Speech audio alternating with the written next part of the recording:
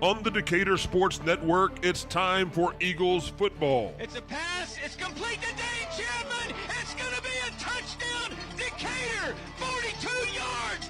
Yeah, baby! Eagles football is on the air.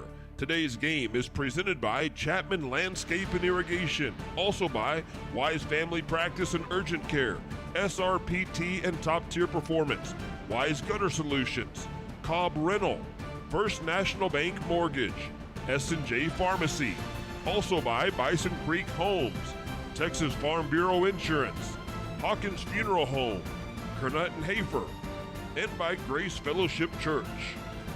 This is the Total Plumbing Solutions pregame show. Good evening, everybody, and welcome to tonight's broadcast of Decatur Eagle football on Decatur Sports Network. This evening, we are at Charles Head Stadium in Alvarado, Texas, as your Eagles face the 3-1 Alvarado Indians. We have a full lineup here coming up on your Total Plumbing Solutions pregame show that we'll get to right after these messages. Wise Family Practice and Urgent Care at 800 Medical Center Drive is open 8 a.m. to 8 p.m., 7 days a week to serve you. Wise Family Practice Urgent Care offers sports physicals, DOT physicals, workers' comp injuries, flu shots, preventative health care, weight management, depression and anxiety treatment, and much more. Call Wise Family Practice Urgent Care at 940-626-2110 or visit them at 800 Medical Center Drive in Decatur. Hey everybody, Casey Caraway with the Caraway team. We're on location with Chapman Landscape and Irrigation. Chase Chapman's the best in the business. Let's go check him out. Where is he? This truck. Chase! What are you doing? Hey! Are you sleeping? No! You look like you were sleeping in there. No, I come to check on the guys over here, man. No, you were sleeping. I'm so tired of this, dude. I'm trying to help you out. I'm trying to make these commercials. It's hard every time. I'm done. I don't think I can do another one.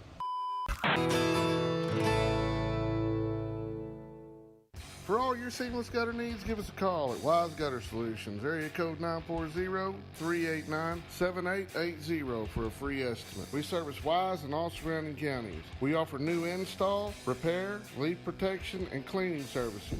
We have over 32 different colors for you to choose from also. You can log on to our Facebook page and follow us at Wise Gutter Solutions or our website, wiseguttersolutions.com. We appreciate the opportunity to earn your business and we look forward to speaking with you. Make the wise choice, Wise Gutter Solutions. Go Eagles! Texas Farm Bureau Insurance in Wise County has protected fellow Texans with auto, home, and life insurance since 1963. We have 2 locations in Decatur and Bridgeport that serve over 4,500 members in Wise County and the surrounding areas. Whether you're wrangling cattle or kiddos, we're proud to protect all fellow Texans in all Texan ways of life. Kelly Lynch, Doyle Lowe, Lisa Bradshaw, Chris Hanlon, and Monty Houston are located in the Decatur office across from James Wood Motors. Lisa Bryant and Todd Vineyard are located in the heart of Bridgeport on Wholesale Street. Give us a call or stop by and speak to one of our 6 local agents. Coverage and discounts are subject to qualifications and policy terms may vary by situation. Welcome back to Decatur Eagle football. It's the Total Plumbing Solutions pregame show on Decatur Sports Network. I'm Pat Wadlington along with the normal crew. I'll call roll here. Tony Mooney, the Beard. Yes, sir. Charlie T on the production side. You forgot my nickname. The Big Issue. The Big Issue. But I don't know if I can still call you that anymore. You're losing pounds, man. Okay, the Medium Issue. And on our sideline, Sam Alanis, back from his, I guess, successful trip out to Louisiana. Yeah. Yes, sir. We're live on the sideline. There we go. And, All right. And he doesn't have a voice in the. He doesn't have a microphone. But we would be remiss not to mention our main man, Anthony Payton, upstairs running the camera. And I know he's got his ears on, but he has no microphone. So Anthony is with us. Yeah. Hey Sam, real quick, I'm going to change your frequency. So turn your microphone on so it's tracking, and I'll tell you what the new number is. Let's do that. You want to just take a break while y'all do that, and we'll go straight to Coach Huff's interview. You're listening to the Decatur Eagle pregame show brought to you by Total Plumbing Solutions. S&J Pharmacy at 1101 West Eagle Drive can fill prescriptions in 15 minutes or less with fast and friendly service. They also offer same-day compounding, private consultations, medication therapy management, immunizations, B12 shots, a convenient drive-through window, and free home delivery. S&J Pharmacy accepts all major insurance plans, including Blue Cross and TRICARE. Open Monday through Friday 9 to 6 and 9 to 1 on Saturdays. Call 940-627-5400. That's 627-5400 for S&J Pharmacy in Decatur. Hawkins Funeral Home is Wise County's only locally owned funeral home and has been serving Wise County and the surrounding area since 1906. The staff at Hawkins Funeral Home is available to you 24/7, 365. Call Hawkins Funeral Home at 940-627-5959 or visit one of their 3 locations in Decatur, Bridgeport, or Boyd. Hawkins Funeral Home, proud supporter of Wise County youth and education and sports. The law firm of Kernot and Hafer is once again a proud sponsor of Decatur Eagle with its Decatur office located on the Decatur Town Square. The firm includes local attorney Pat Wadlington and focuses on litigation and dispute management within a wide range of areas, including family and custody issues, business and commercial disputes, estate and inheritance matters, and personal injury and death cases. Kernot and Hafer, friendly, professional, direct, and strong. We're there when you need us.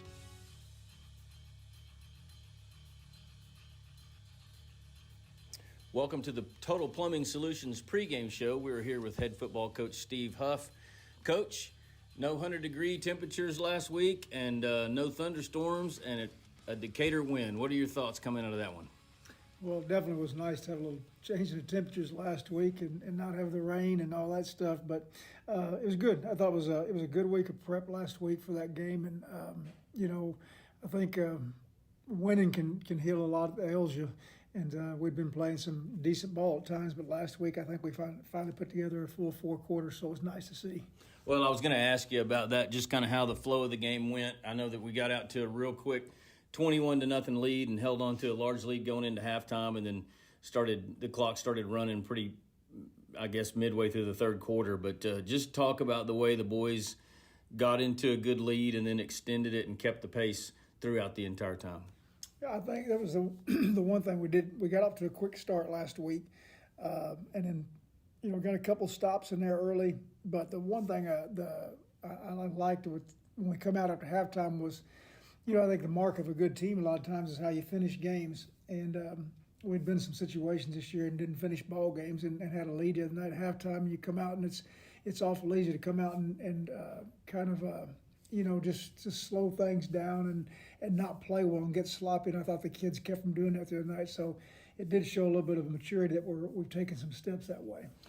Obviously, we played well in every phase of the game, but what stands out to you as most impressive in that win, both on offensive side of the ball and defensive side? Yeah, I think offensively a little more consistency the other night. I thought our pace was better. Of course, when you're having some success, it always helps your pace. But at the same time, I thought, we're starting to get to a point that we're fitting a little better in places on offense, and trying to get a little bit more of a consistent group in there that's playing together. We've rotated some kids through and getting some kids healthy. So, again, we're still kind of looking for our rhythm there, but it was much better tonight. And then I thought defensively, I thought the kids ran and chased well. We gave up the short passing game, which was not, going into the game was not an issue as far as giving that up. It's giving up the big chunks, and we were able to stay away from that the other night. And again, I think that is one of the things that you have to do in those ball games is not give up big chunks because the capabilities there. Pampa's throwing the ball a lot more now than they have been. So, going to that ball game, you knew you had to keep away from those big plays. Well, I noticed that Antoine came out kind of rubbing his shoulder a little bit, and I think he had a little bit of an issue coming into the game. But other than that, what's your injury report coming into the game against Alvarado? We're relatively healthy. We're still going to be without Caden Barnes for a little bit, but right now we're kind of rotating some kids in at nose, and Wyatt Nix is in there tonight and had a big sack. But definitely that position is going to have to be probably handled by 2 or 3 guys. Caden is a pretty solid player there for us, so not having him in there right now is going to be for us a little bit of juggling act. But the kids will step up. That's part of what we do with in this sport, and the kids will step up and we'll fill that gap up. But outside of that, I think it's mostly bumps and bruises. We're getting Kits and Wombles just about back to full speed now. We'll be getting back slowly but surely. Saul Maldonado's coming back. This gives us another offensive lineman. So, hopefully we can start getting a little healthy in there and continue to stay healthy everywhere else. Well, we got Alvarado tonight. It's a familiar opponent for everybody that's been here in Decatur for at least the last decade, but for many, many years they were coached by Coach Dixon and ran the ball a lot. This is Coach Walraven's second season down in Alvarado, and he runs a very different system than what Coach Dixon did for years. What do you see on film in your assessment of the Indians so far? Yeah, I think the one thing is I look at them defensively. They've had a move-in linebacker that's a difference maker for them. About 225-pound linebacker came in there that does a good job. But I think they've got 5 returning starters from last year on defense, maybe 6. And you look at the things they do. They're pretty much the same on defense. They're very, very much like we are on defense. They're a 3-man, 3 down front. They run their front a little bit differently. They do blitz quite a bit, bring a lot of pressure from all different areas, and do a good job with it, and have been creating a lot of havoc for offenses to this point on video. And then offensively, you're looking at a crew again that returns quite a few kids from last year, and they do a lot of stuff on offense. They're very good at mixing things up. Quarterback capable of pulling it down, running. And they'll also throw 2 or 3 trick plays at you. That's just part of the game plan. You can tell by the way they run their system.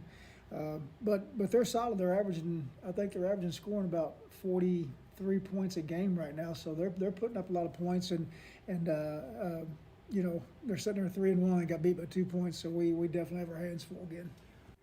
Well, if I had to ask you for a couple of keys to the game for the Eagles to come out with win number 2 of this season, what would those keys be? I think on offense, one of the things that's crucial against a team like this is, like we fell behind early last year against these guys, is taking care of the football, because I think field position is going to be a big part of this ball game, regardless if you're kicking it or catching it, or on offense. Taking care of the ball when you've got those opportunities. On defense, it could be as easy as dropping an interception. Those plays in a game like this are going to be huge, because when you get the opportunity to make a play, it's going to need to be made on this one. Also, I think for us offensively, it's consistency again, finding a way to consistently line up and move the ball. And by saying consistency, it may be a lot of mixing things up.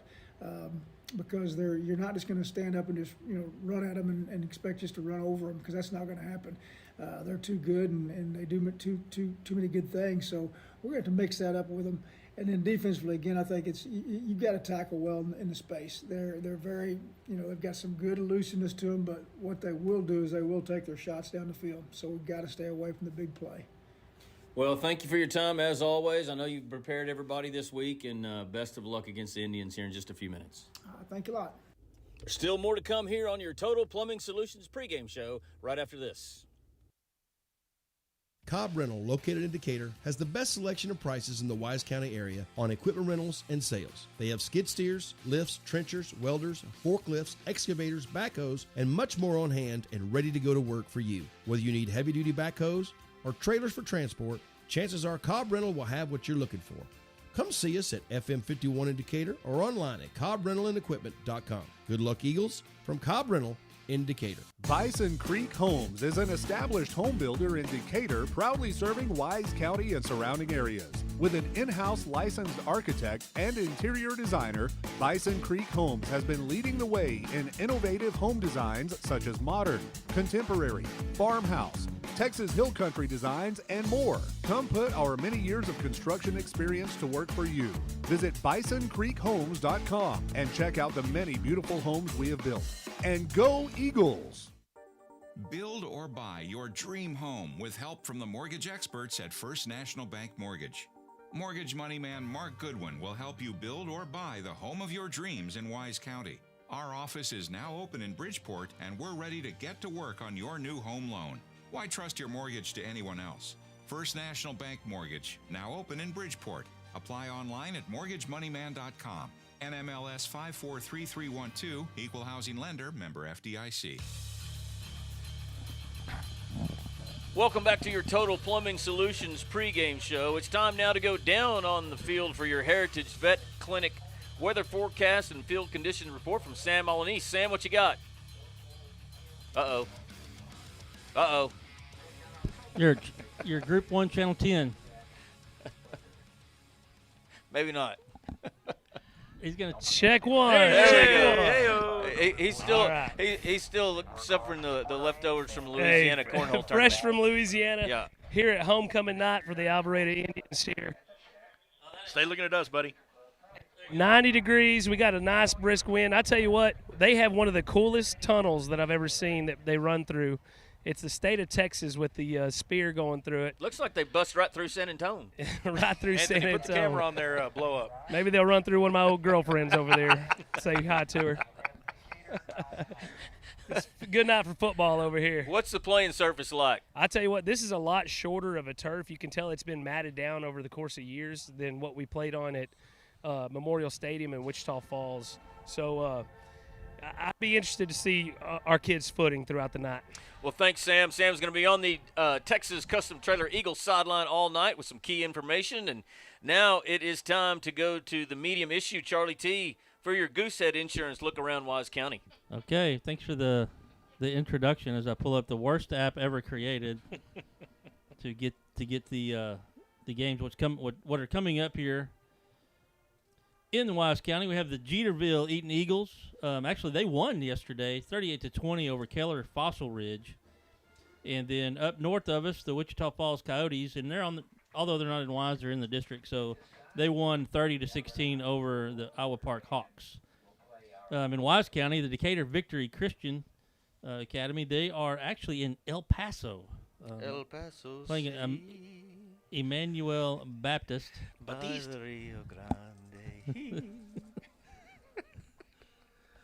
Continuing on. Sorry, Charlie. Continuing on. Springtown is hosting Glen Rose tonight. The Chico Dragons are at Celeste. The Bowie Jackrabbits are in Childress. The Alvord is playing Wichita Falls City View up in Wichita Falls. Boyd hosting Brock, which should be a good game. And then the state-ranked Paradise Panthers are in Ponder tonight. And the Bridgeport Bulls are in Aubrey. And then, Dad, if you're listening, Rotan's playing Strawn. And Jayton are playing Silverton. Thank you, Charlie. Sorry for the little serenade there. Marty Robbins. Isn't that Marty Robbins singing that song? That was Marty Robbins. I was waiting for the flamenco guitar to come in or something. There's a lot of Marty Robbins El Paso songs. Yeah, well, that's the only one I know. 12:20 before your kickoff on the scoreboard here. Let's take a quick break. When we return, we'll have more with your Total Plumbing Solutions pregame show, including your starting lineups and your John Chezik custom coin toss. We'll be back. Injuries happen, and you want your athlete better fast. Experience matters, and SRPT and Top Tier Performance are the go-to experts in sports medicine and rehab with 40-plus years caring for athletes. They offer same-day injury assessments Monday through Saturday with fast-track to X-rays, MRI, orthopedic surgeons, and physicians available. They have an arsenal of treatment options to get your athlete back in the game, including cupping, dry needling, laser therapy, massage, adjustments, dry sauna, and cold immersion. Call 940-627-6290 to get started and go where the experience is. Top Tier Performance and SRPT in Decatur. My name is Chris Hurst, and I'm the lead pastor at Grace Fellowship, and I would love for you to join us this Sunday. We have services at 8, 9:30, 11, and 12:30 each week, and our services are compelling, casual, and relaxed. So come as you are and expect to feel welcome.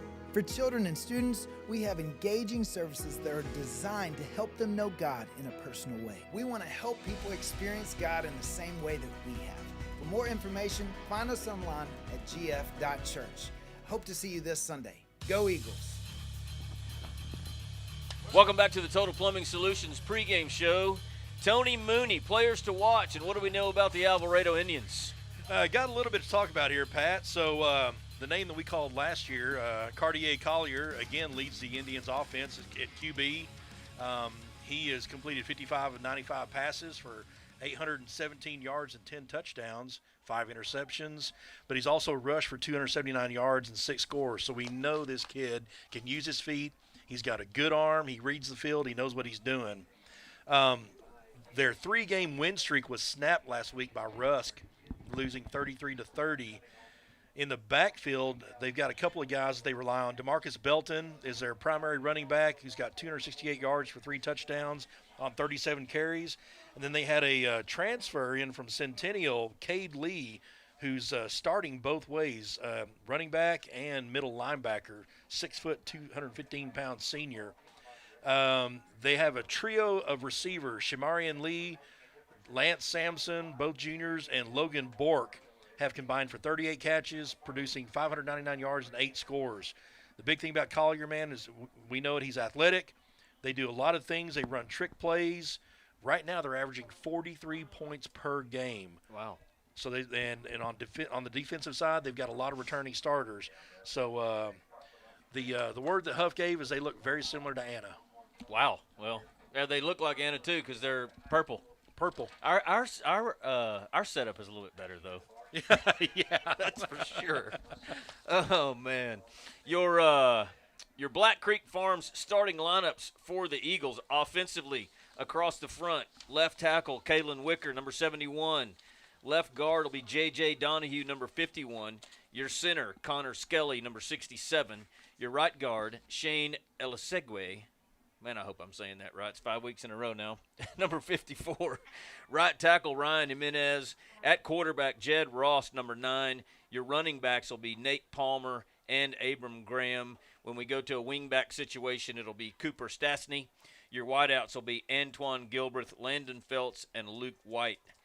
Defensively across the front, Keegan Hatchell will be at defensive end. We do have a change at nose guard due to an injury to senior nose tackle Caden Barnes. It's either going to be Wyatt Nix, I believe that is who's going to get the starting nod, or Tanner Meyer. Will expect him to play some, and I have heard rumor that they may even slide the Vendozer down there to the nose tackle position. Nose guard? Too. Yeah. Whoa. I don't know that for sure, but that might be some little inside info. But on the other side, defensive end Ethan Talley will start, number 56. Your linebackers, outside linebacker Lane Heston, number 4. Your Mike linebacker Wyatt Vinzant. Your will linebacker Michael Trammell. Sometimes we'll see Keaton Good in there. And outside linebacker Striker Redwine. And your secondary for the Eagles, Cade Brazil and Nathan McCrory at safety. And your cornerbacks, Antoine Gilbreth and Rylan Cavazos. Let's take one more break, and we should be ready for your coin toss. You're listening to the Total Plumbing Solutions pregame show, and we'll be back.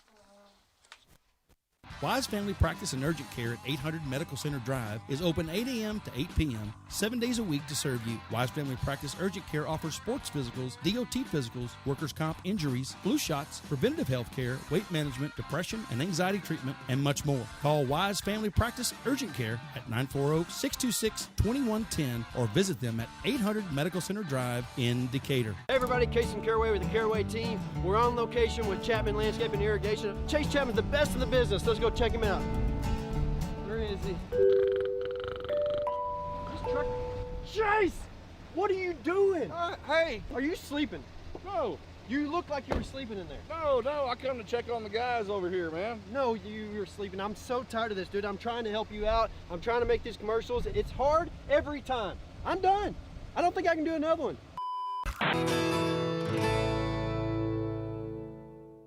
For all your seamless gutter needs, give us a call at Wise Gutter Solutions, area code 940-389-7880 for a free estimate. We service Wise and all surrounding counties. We offer new install, repair, leak protection, and cleaning services. We have over 32 different colors for you to choose from also. You can log on to our Facebook page and follow us at Wise Gutter Solutions or our website, wiseguttersolutions.com. We appreciate the opportunity to earn your business, and we look forward to speaking with you. Make the wise choice. Wise Gutter Solutions. Go Eagles! Texas Farm Bureau Insurance in Wise County has protected fellow Texans with auto, home, and life insurance since 1963. We have 2 locations in Decatur and Bridgeport that serve over 4,500 members in Wise County and the surrounding areas. Whether you're wrangling cattle or kiddos, we're proud to protect all fellow Texans in all Texan ways of life. Kelly Lynch, Doyle Lowe, Lisa Bradshaw, Chris Hanlon, and Monty Houston are located in the Decatur office across from James Wood Motors. Lisa Bryant and Todd Vineyard are located in the heart of Bridgeport on Wholesale Street. Give us a call or stop by and speak to one of our 6 local agents. Coverage and discounts are subject to qualifications, and policy terms may vary by situation.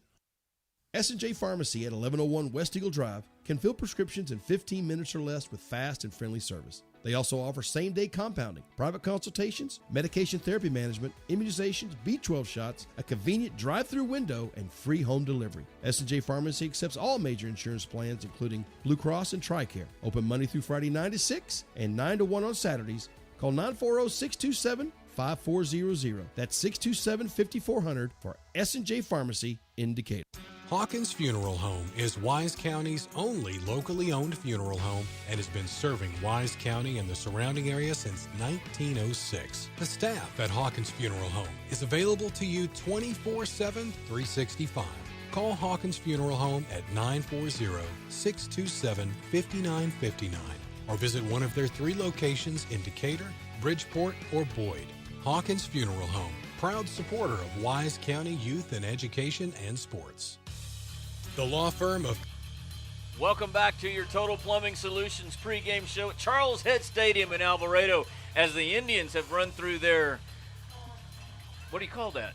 You can't say helmet because it's a vertical shape of the state of Texas. That's a Texas tunnel, baby. They went straight through the valley, right through Matamoros. Right through, yeah. They literally did. And the Eagles, they are running out of their helmet, carrying a Texas flag and an American flag, dressed in all white.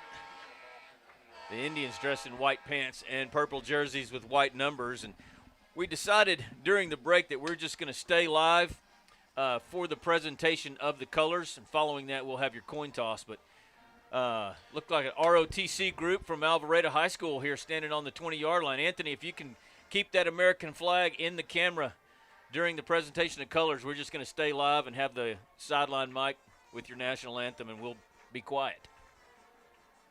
Anthony on the field there, buddy, the ROTC group. Oh, does he? Okay, good deal.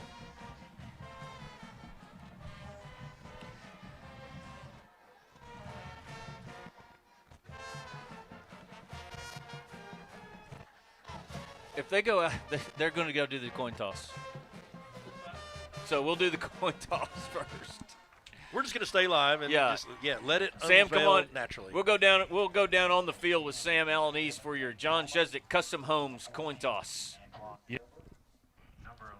Sir, we are being led by head referee Ken McEwen. There you go.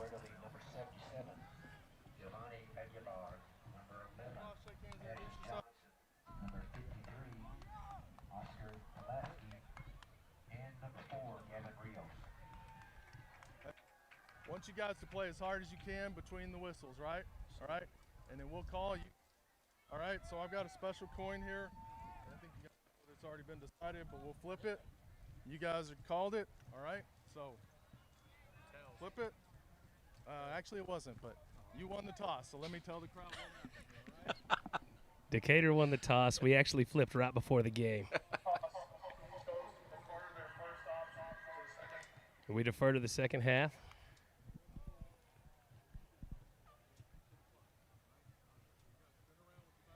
And we will be kicking. Sam, I'm going to with the win. Sam, I'm going to get you a new number. Just bear with me. We'll text it to you. So Alvarado's going to receive the opening kick from the north end zone, and we'll have your presentation of colors right now.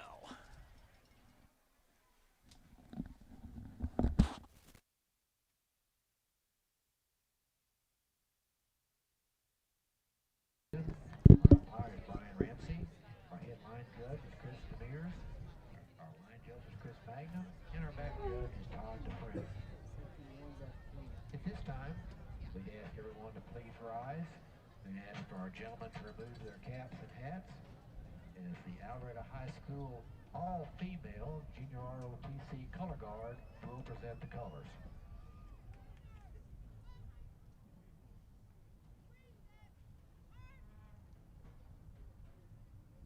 At this time, we'd have our moment of silence.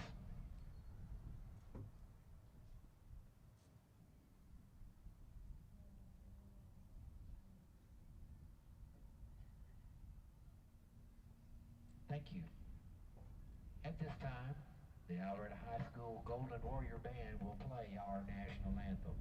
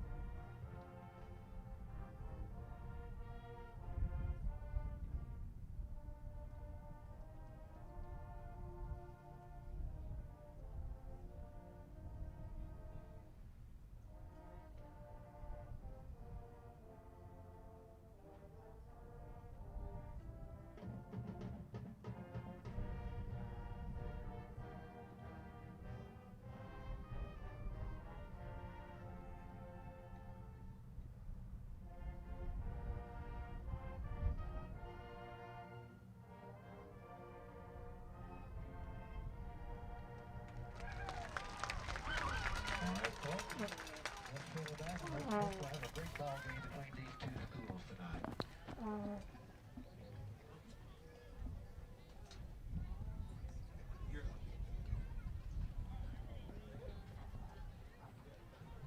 We'll be right back with your Parker Properties kickoff and the start of tonight's ball game right after this. Kernot and Hafer is once again a proud sponsor of Decatur Eagle. With its Decatur office located on the Decatur Town Square, the firm includes local attorney Pat Wadlington and focuses on litigation and dispute management within a wide range of areas, including family and custody issues, business and commercial disputes, estate and inheritance matters, and personal injury and death cases. Kernot and Hafer, friendly, professional, direct, and strong. We're there when you need us. Welcome back to Decatur Eagle football, presented by Chapman Landscape and Irrigation, and we are ready to get underway here at Charles Head Stadium. Greg McDonald ready to tee the ball up. He actually had it teed. Now it fell over. That 16-mile-an-hour gust down there. Dorian Potter and Lance Sanson back deep to receive the kick from McDonald as the Eagles break their kickoff team huddle at the 35-yard line. Looking forward to a good one here, guys.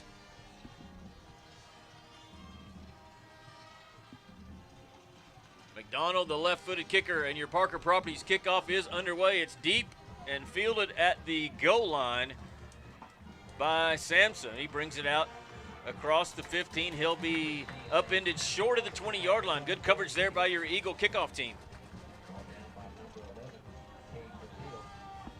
It's Cade Brazil on the stop right there. That was a great tackle.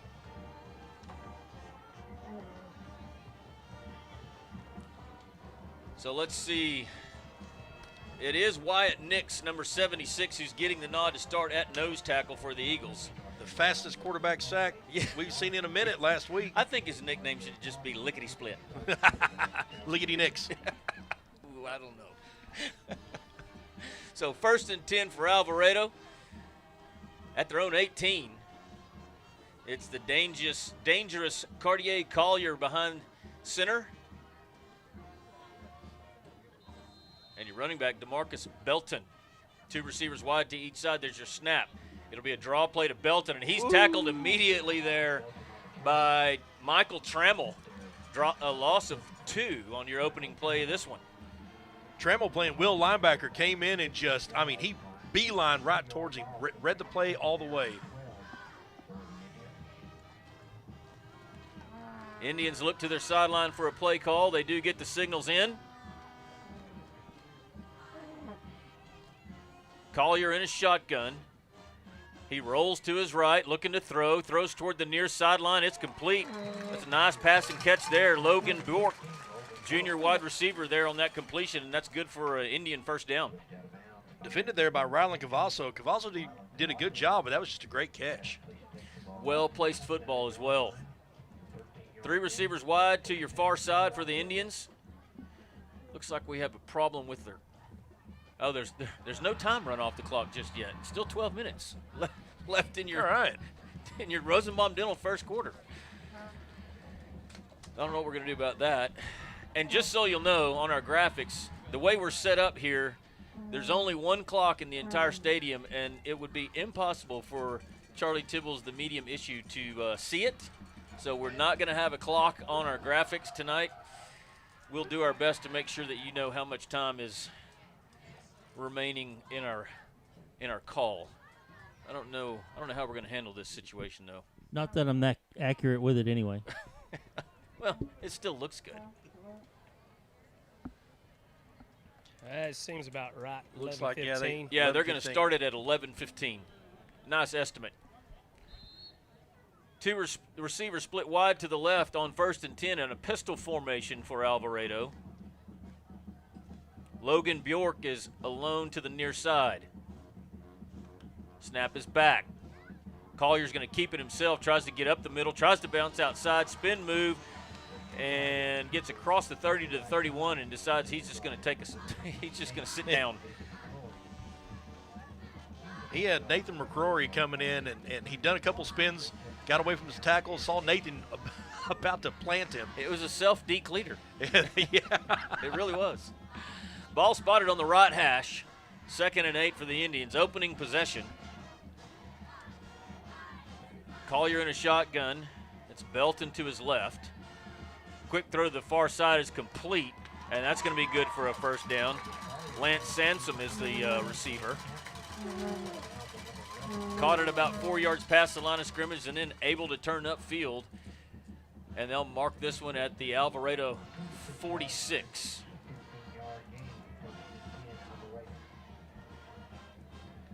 On 1st and 10, Collier looks to throw it. Plenty of time. Now he's just going to throw this one out of bounds. Had a little pressure there from Keegan Hatchell. Made him get rid of it to bring up 2nd and 10. Keegan was doing a great job fighting to get back there and just forced Collier to do a heave-ho. It looked like he was throwing a grenade. Kind of did. Empty backfield on 2nd and 10. 2 receivers wide left, 3 to the right. Collier looks to throw it. Throws it complete to his tight end. That's going to be good for another Alvarado first down, this time into Decatur territory, down to the 40. Big number 88, Hunter Byerly. Just wide open. Junior wide. Well, they have him as a wide receiver, but he was playing tight end, right? I've got him as a tight end on this roster. Okay, I've got the You know how it is these days. Yeah. Kind of, iffy. 3 receivers wide to the far side. Collier's going to keep it himself on 1st and 10. He's got the corner. And he's going to step out of bounds after a nice gain of 8 all the way down to the Decatur 32. So the Indians putting together a nice methodical drive to start this game. 10:05 left on your scoreboard. On the clock left in your Rosenbaum Dental first quarter. Pistol formation on 2nd and 3. Now Collier will pause, looks to the sideline, changes the play to his offensive line. Snap is back. Handoff Belton up the middle. Inside the 30. Does he have enough to get to the 29 for a first down? I think he does, based upon where these officials are standing. Let's see if they move the chains. Yeah, Collier showing everything that he's been billed as, like he did last year in the first 4 games of the season. He's using his feet, using his hands, doing a great job making passes, getting them to the receivers. About 6 inches short, and Collier's going to keep it under center for a sneak. I see a flag. I think that's going to be a probably illegal procedure on the Indians would be my guess, the way they ran up to the line of scrimmage real quickly. They bunched up so tight it was hard to tell who was off the line and who was on the line.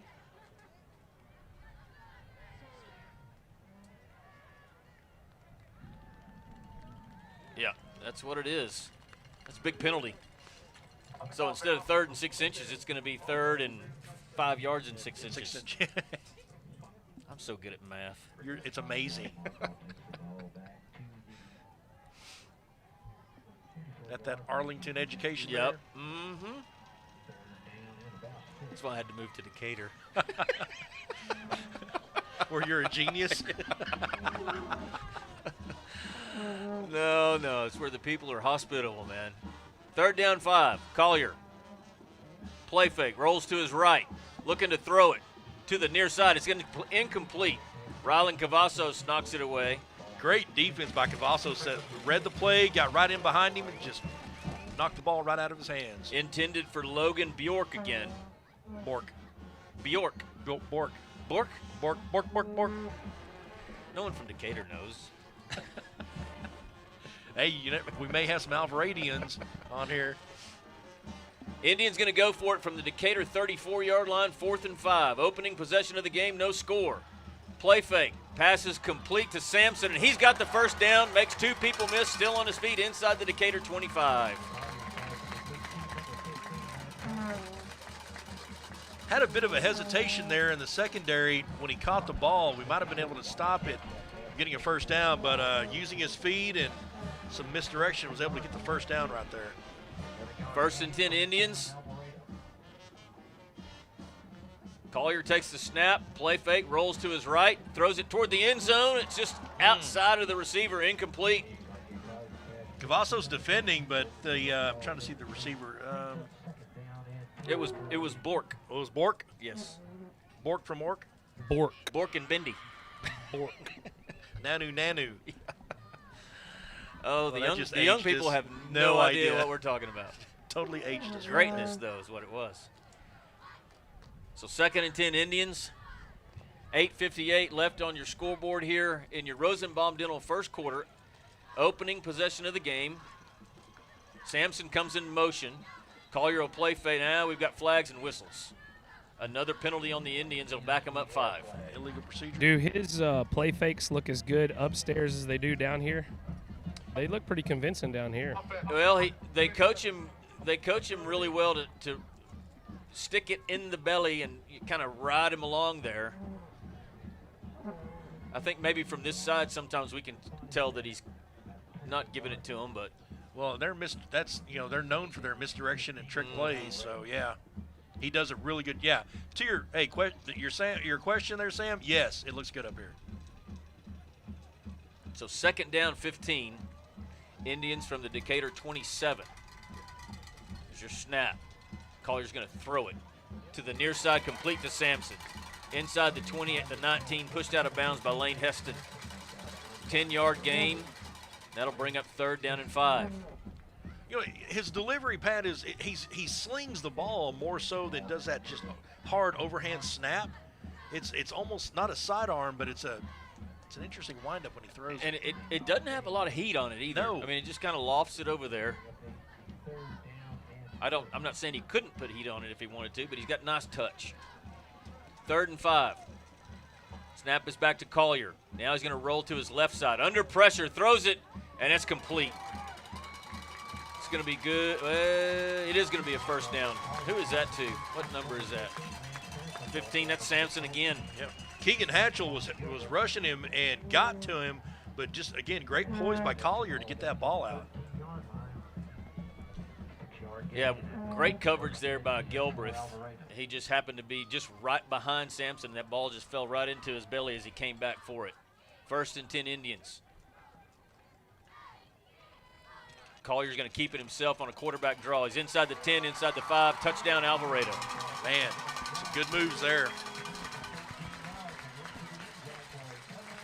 With 8:16 left, Alvarado takes the first lead. 6-0 pending this extra point. Dax Clark, the kicker. Another left-footed kicker. Decatur and Alvarado both with left-footed kickers tonight. There's your snap. The hold is good. The kick is up. And it is 7-0 Alvarado. We'll be back with more Decatur Eagle football after this.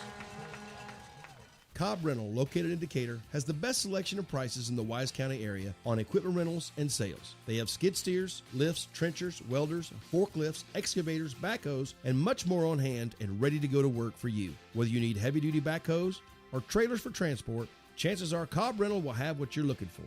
Come see us at FM 51 in Decatur or online at CobbRentalAndEquipment.com. Good luck, Eagles, from Cobb Rental in Decatur. Bison Creek Homes is an established home builder in Decatur, proudly serving Wise County and surrounding areas. With an in-house licensed architect and interior designer, Bison Creek Homes has been leading the way in innovative home designs such as modern, contemporary, farmhouse, Texas Hill Country designs, and more. Come put our many years of construction experience to work for you.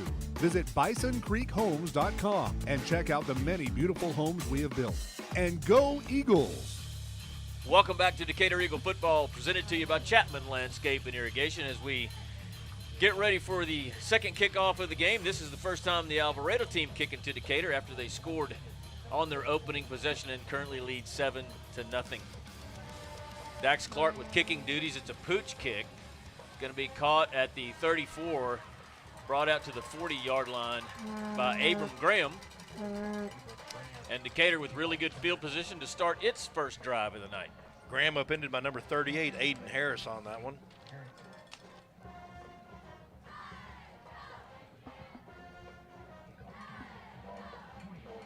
So the Eagles will start with a two-back set with Palmer and Graham, one to each side of Jed Ross at quarterback. Now Graham will motion out of the backfield. Quick pass screen to Palmer. He's hitting the backfield and dropped. Number 4, Gavin Rios, read that one like a book. That's a loss of 5 for Decatur. Rios, loving him some Rios right there. Actually, it's more than 5. Loss of 7. All the way back to the Decatur 34. 2nd and 15 for the Eagles. Stastny will come in motion. There's your snap. Handoff, Palmer up the middle. No room there. He'll be brought down. Let's see who that is. I think it was number 7. 3. Oh, it was 7, yeah. Cade Lee. Getting a little chippy early down here. Number 17. That, yeah. Yeah, I noticed that he had some words. Yeah. So on 3rd and 14 on your James Wood scoreboard, Ross will take the snap. He throws it complete to Gelbreth. He's going to be dropped short of the first down by about 2 yards at the Decatur 48. Well, they'll mark it at the 47. Now they're going to mark it at the 48. Good strong pass by Jed. Decatur's going to send on the punting unit. 6:56 and counting in your Rosenbaum Dental first period. And Decatur trails 7-0.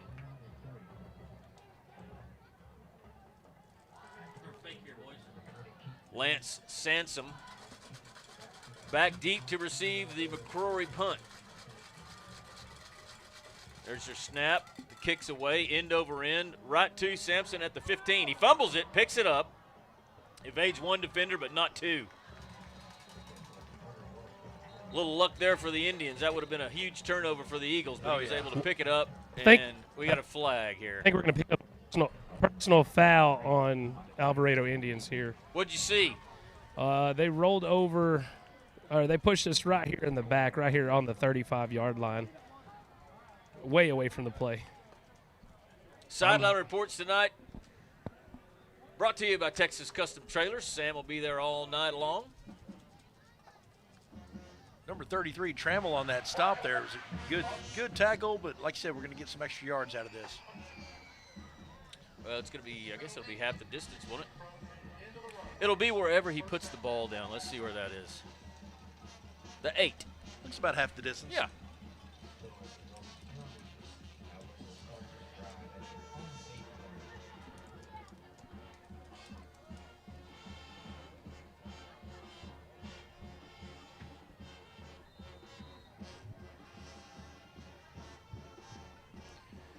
So the Indians get their play call from the sideline, and now the offense comes onto the field. Ball spotted on the right hash. 3 receivers split here to the boundary side of the field. Collier's going to keep it himself up the middle, and he'll make a business decision and go down at the 9. That would be the Mendoza. Gain of 1. 2nd and 9.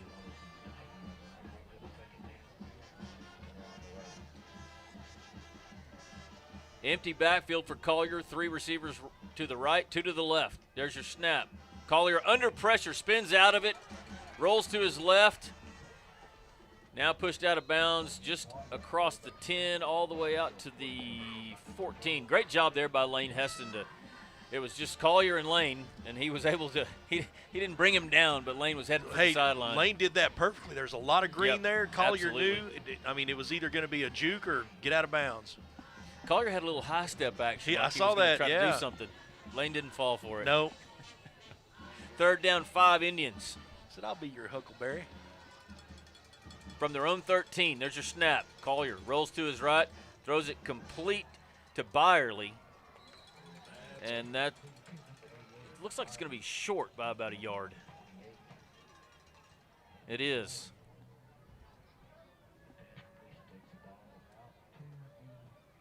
See what Coach Walraven does here.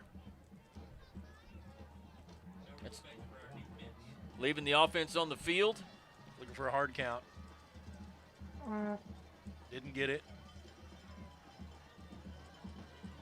Now they'll change formation. And movement. Did we get a flag or timeout or what? Timeout. So it's our first Trinity Realty timeout of the night. We'll take one as well. 5:11 left in your Rosenbaum Dental first period. We'll be back after this. Build or buy your dream home with help from the mortgage experts at First National Bank Mortgage. Mortgage money man Mark Goodwin will help you build or buy the home of your dreams in Wise County. Our office is now open in Bridgeport, and we're ready to get to work on your new home loan. Why trust your mortgage to anyone else? First National Bank Mortgage, now open in Bridgeport. Apply online at mortgagemoneyman.com. NMLS 543312, Equal Housing Lender, member FDIC. Injuries happen and you want your athlete better fast. Experience matters, and SRPT and Top Tier Performance are the go-to experts in sports medicine and rehab with 40 plus years caring for athletes. They offer same-day injury assessments Monday through Saturday with fast track to x-rays, MRI, orthopedic surgeons, and physicians available. They have an arsenal of treatment options to get your athlete back in the game, including cupping, dry needling, laser therapy, massage, adjustments, dry sauna, and cold immersion. Call 940-627-6290 to get started and go where the experience is. Top Tier Performance and SRPT in Decatur. My name is Chris Hurst, and I'm... Well, on fourth down, the Indians give it to big number 7, Cade Lee, running downhill, and he did exactly that. Same formation, diamond formation on 1st and 10. They'll give it to Cade again, and he hits it hard up in the middle. A big kid and a tough runner, the first we've seen of him tonight. Yeah, I don't think so. Wyatt was the defender on that fourth down play, and he wasn't quite set for that, but that second time around he was. Yeah. But they do convert on fourth down, and it's 2nd and 7 now from their own 34 Indians. Play fake, Collier under pressure, rolls right. He's going to go deep. Looking for number 13, batted away by Cavazos. Great play. He was looking for Logan Bork. Awesome defense right there. Just It really was. Went up, yeah. Nice little volleyball slap. That big back, from my view here on the Texas Custom Trailer sideline, is as large as his offensive lineman, at least 3 of them, center guard and tackle for sure. He's here on the sideline. We're getting a good look at him. I would not want to fill that hole. On 3rd and 7, Collier rolls right now, throws back to the far side, dropped. DJ Clampett had that one in his hands and then out. Caught that one like Jethro Clampett. When it went down, he had the presence of mind to turn around and make sure he secured the ball just in case the ref saw it as a fumble. So the punting unit on the field for the Indians, and Collier is your punter, so that's always something to look for, the quarterback being your punter, and Landon Feltz back deep to receive this first Alvarado punt of the night. The punt is high, hits at the Decatur 38 and takes a huge Alvarado bounce inside the 30, and it'll come to a stop at the 25.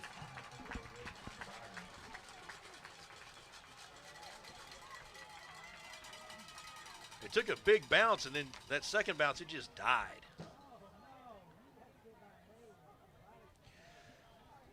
So let's see if this Eagle offense can do a little bit more than it did in its first possession, a 3 and out.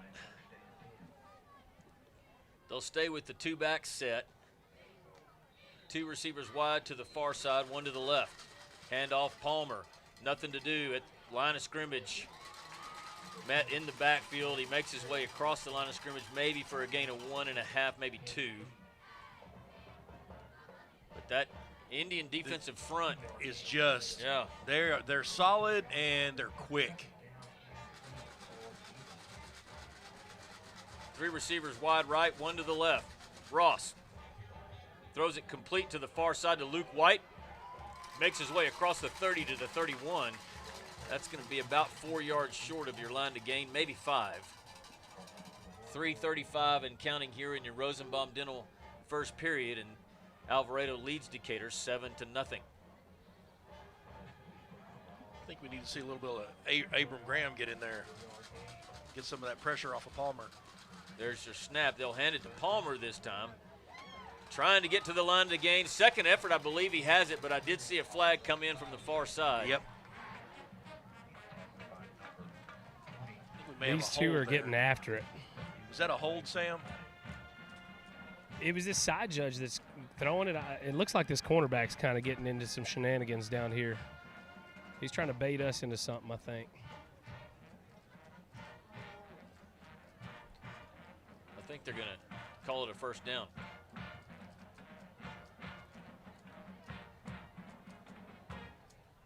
doing? Now they're walking backwards. Backing them up. Can you tell it all, Sam? What's going on?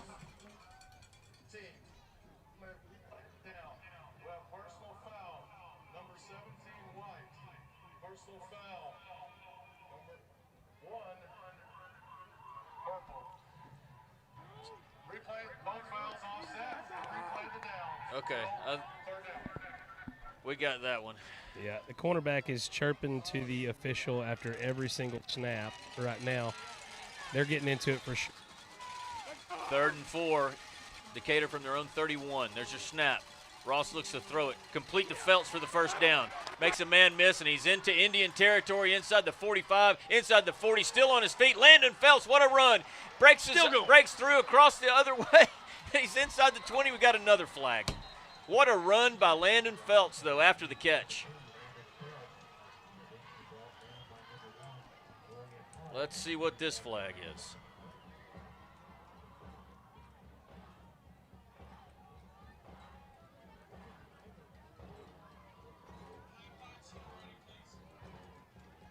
They are moving the chains, but the Eagles are now walking backwards, so. Referee Ken McEwen's Mike Pack's getting a workout already this evening. Personal foul, looks like, as far as they've moved it all the way back to the 38-yard line. Illegal blindside block.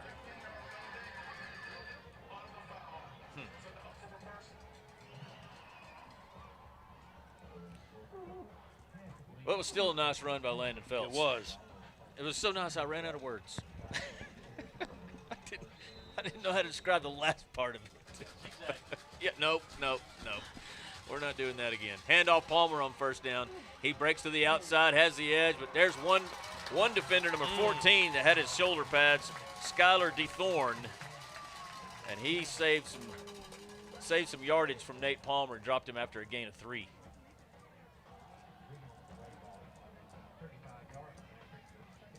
That was a nasty takedown, too. He grabbed a hold, just would not let go of that shoulder pad and just slung him down. 2nd and 7 Eagles from the Indian 35. Handoff Palmer up the middle. Not much working there. A short gain of maybe 2.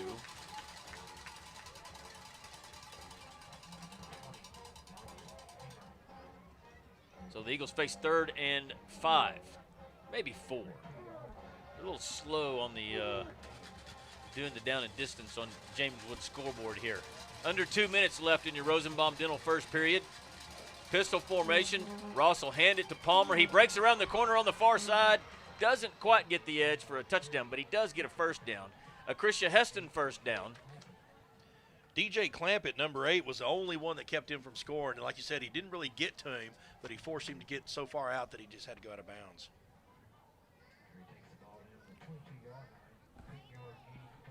So Eagles with the ball at the Indian 22, 1st and 10.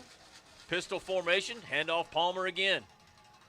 He's inside the quick car red zone for a gain of 5.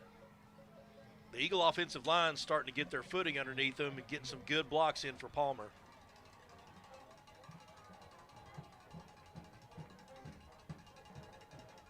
Second down, 6 Eagles. They trail 7-0. 1:23 and counting left in your Rosenbaum Dental first quarter. A 2-back set. Ross in a shotgun. 2 receivers left, 1 to the right. There's your snap. Hand off to Graham. He cuts it up the middle inside the 10. Abram Graham still on his feet, churning for the goal line. And he's going to be about a hot dog short. Nice run by Graham right there. Man, his feet, Pat, were a blur. He has quick feet, doesn't he? He does. So 1st and goal, Decatur.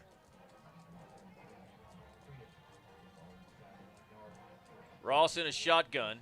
He's going to keep it himself. He's into the end zone for a touchdown. And Decatur is an extra point away from tying this one.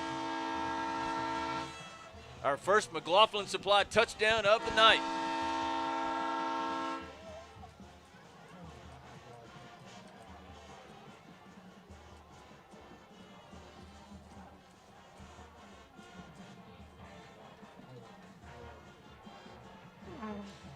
Jace Watson with holding duties. The snap was on the ground, and Watson able to make a great hold, and McDonald converts your Decatur Tire extra point.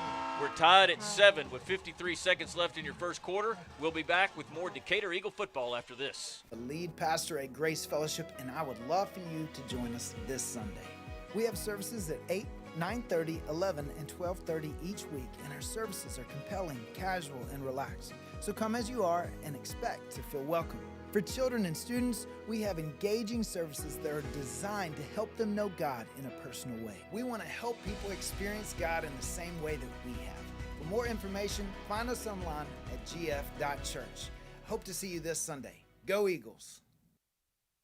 Wise Family Practice and Urgent Care at 800 Medical Center Drive is open 8 a.m. to 8 p.m., 7 days a week to serve you. Wise Family Practice Urgent Care offers sports physicals, DOT physicals, workers' comp injuries, flu shots, preventative health care, weight management, depression and anxiety treatment, and much more. Call Wise Family Practice Urgent Care at 940-626-2110 or visit them at 800 Medical Center Drive in Decatur. Hey everybody, Casey Caraway with the Caraway team. We're on location.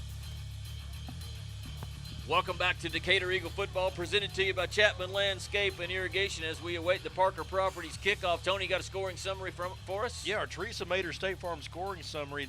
We started on the 25-yard line, and I tell you what, a huge Landon Phelps pass, multiple Palmer runs, a huge Graham run. Let's hold on a second here as the Indians bring the kickoff all the way out to their own 46-yard line. And we got another penalty flag.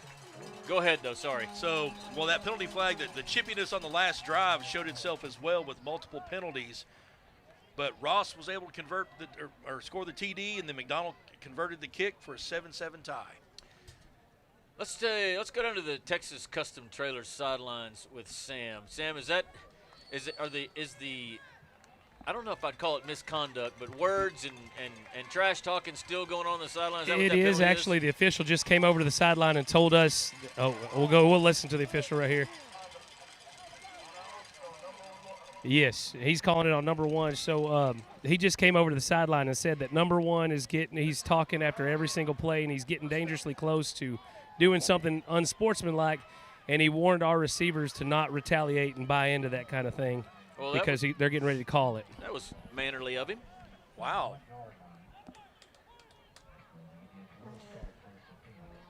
So after the assessment of the penalty, Indians will start this drive from their own 31, 1st and 10. Collier in a shotgun. He'll hand it to Belton. He'll break to the outside. He's across the 45 all the way out to midfield, and he'll be pushed out of bounds right just past the Renshaw Drug 50-yard line. Tell you what, that was a great run by number 0, Mr. Belton. He popped outside and was just able to fend off a couple of would-be tacklers. You know, I just happened to notice that the Eagles, Lane Heston was on a blitz from the same side that the run went to, and he blitzed in right when they handed it to him, and that once he got past Lane, there was no outside linebacker there. So 1st and 10, Alvarado from Eagle territory at the 48. Belton on a motion out of the backfield. Collier's going to try to keep it himself, and he goes nowhere. Looks like Collier stumbled there for a second when he went to make his move. Keegan Hatchell on that stop. And they pulled, the Indians pulled Potter and put him on the bench. That number 1? Yeah, he's over here getting a talking to by one of the coaches. It started on about the second play is when I first noticed it. And sure enough, we didn't make it out of the Rosenbaum Dental first quarter. Well, his helmet's off and his head is down. And well, that'll do it. That's the end of the Rosenbaum Dental first period, and we'll head to the second quarter with your score tied 7-7. We'll be back with more Decatur Eagle football after this. With Chapman Landscape and Irrigation. Chase Chapman's the best in the business. Let's go check him out. Where is he? This truck. Chase! What are you doing? Hey! Are you sleeping? No. You look like you were sleeping in there. No, I come to check on the guys over here, man. No, you're sleeping. I'm so tired of this, dude. I'm trying to help you out. I'm trying to make these commercials. It's hard every time. I'm done. I don't think I can do another one.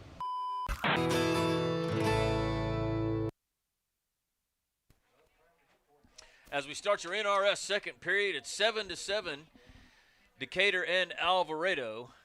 Alvarado with the football, 2nd and 13 from their own 49-yard line. Do we still have that same alignment? Yes, yeah, we do. Yep. The Vendozer lining up at nose tackle. And Keaton Good has come in at linebacker. There's your snap. Collier's going to throw it. It's complete to Sampson. All the way out to the Decatur 46, maybe the 45. Man, well loving short that. of the first down. Sorry. No, you're good. Loving that aggression from Antoine right there.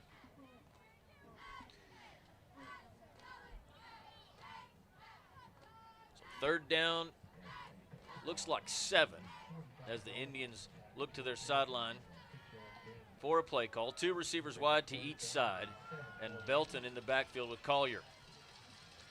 There's your snap. They'll hand it to Belton up the middle. He breaks through the line, tramples over the official on his way to an Indian first down inside the Decatur 35-yard line. That's a great block thrown by the umpire there. Yeah, the ump did a heck of a job right there.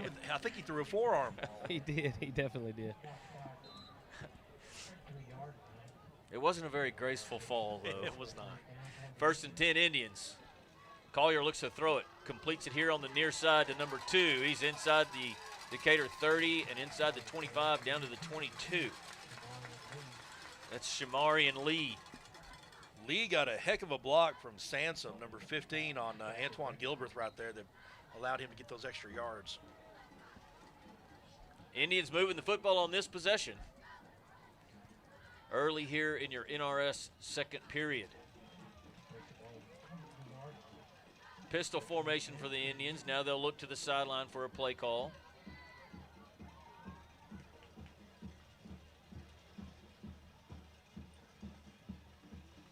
Snap is back. Collier looks to throw it. Play fake. Now he's going to throw deep for the end zone over the head of his receiver, who had a step on Cade Brazil.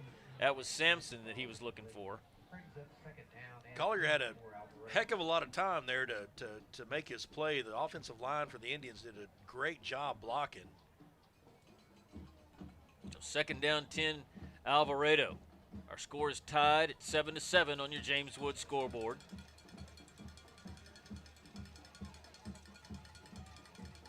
Snap is back. It's low. Pass complete here on the near side. Pushed out of bounds by Gilbreth. But I think that is going to be enough for an Indian first down at about the 11-yard line. Again to Shamari and Lee. Lee, a senior wide receiver. He looks to be at least 6 feet tall, maybe 6'2".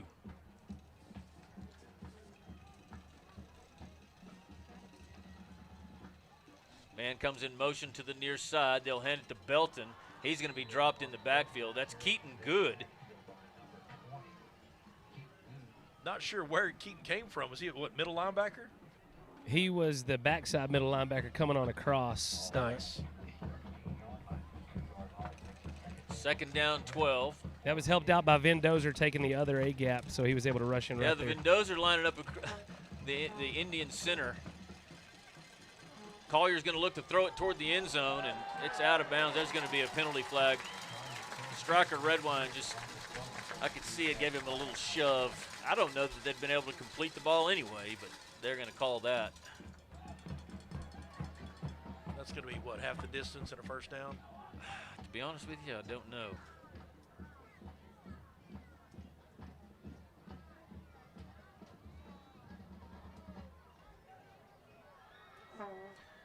A lot of personnel changes here.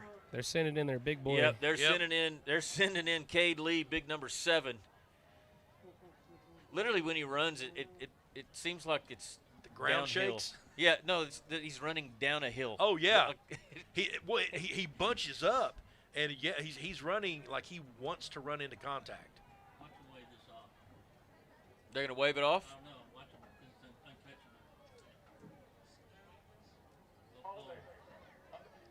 Nope.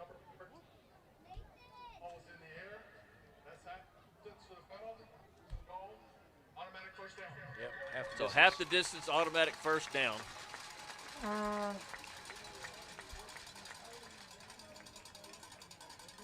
They'll spot the ball on the left hash between the 7-yard line and the 6-yard line.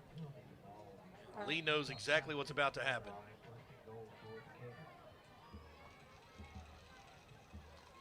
They snap it straight to him in a wildcat. He's trying to get around the edge. Runs over one guy, but not two. That was Cade Brazil with a lot of courage to come in there and hit him low. But for that, he'd had more steam, and he probably would have made it into the end zone. But he down at the 2-yard line, maybe 3. 6 foot 215. He looks bigger than 215. He looks big. So 1st and goal from the 2. Lee in a wildcat again. They snap it to him. He runs to the right this time and up the middle, and he's into the end zone for an Alvarado touchdown. Pat. He runs like he's running downhill. So with 9:24 to go before halftime, Alvarado takes the lead for the 2nd time tonight, 13-7 pending this extra point. Reminds me of Washington. Riggins, Yep. yes. Riggo.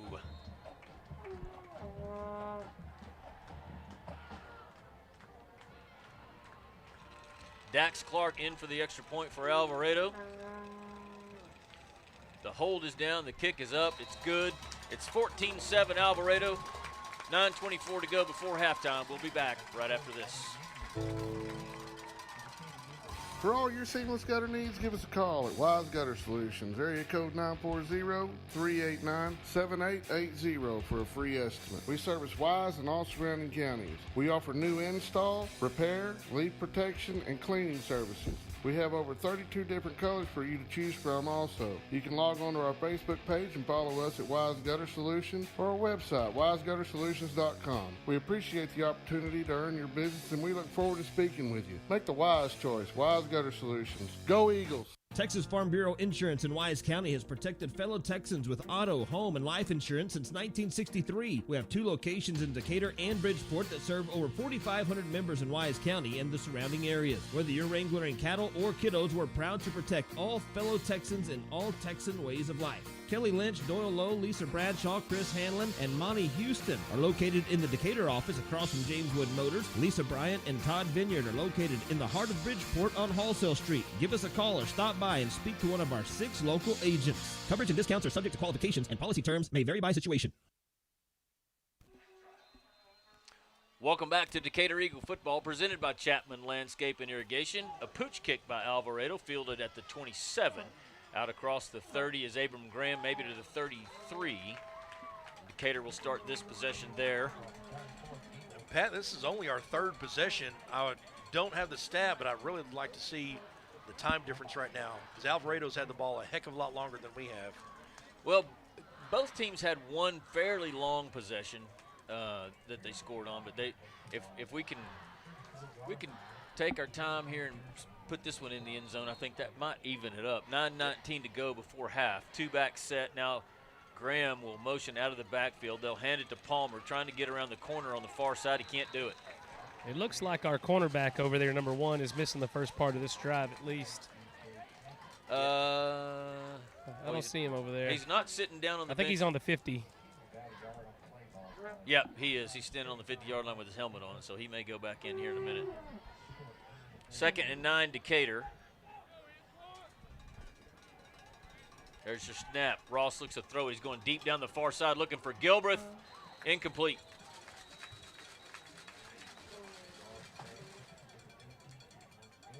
His back shoulder almost there. Antoine just couldn't Yeah, quite see it. I thought that ball was well thrown. Maybe look back here in these lights that are right above us. It looked. Another penalty? He's having more trouble with his on the field mic than we've ever had. I was going to tell him to change the group. Yeah. Maybe they can do a scan at halftime and text it to him. So 3rd down and 14. Well, they say 3rd down on the. Yeah, 3rd down 14. Ross rolls to his right, counter draw to Palmer. Trying to get the corner on the far side, and nothing doing. Nice tackle there. That is number 8. DJ Clampett. Alvarado has been well coached to, everybody knows to key off of Palmer, obviously, but they're doing a great job of spreading the line and preventing him from making that turn. So I didn't think that was third down. It showed third down on the scoreboard, and it showed third down on the marker, but they're leaving it at third down. So now it's third down, 12. It's third down. Yeah.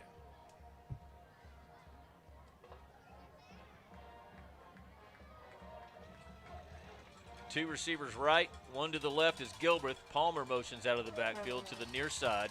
Ross is going to throw it, completes it to Antoine, and he's going to be tackled shy of the first down by Sampson. Now, that was a great tackle. It was. If he'd have been able to shake loose of that 1 foot, he might have scored. He had plenty of green in front of him, but man, what a tackle. Eagles look like they'll go for it on 4th and 1. Ross is going to keep it himself, churning his legs. He gets some help from behind, but we do have a couple of flags. Let's see what this is.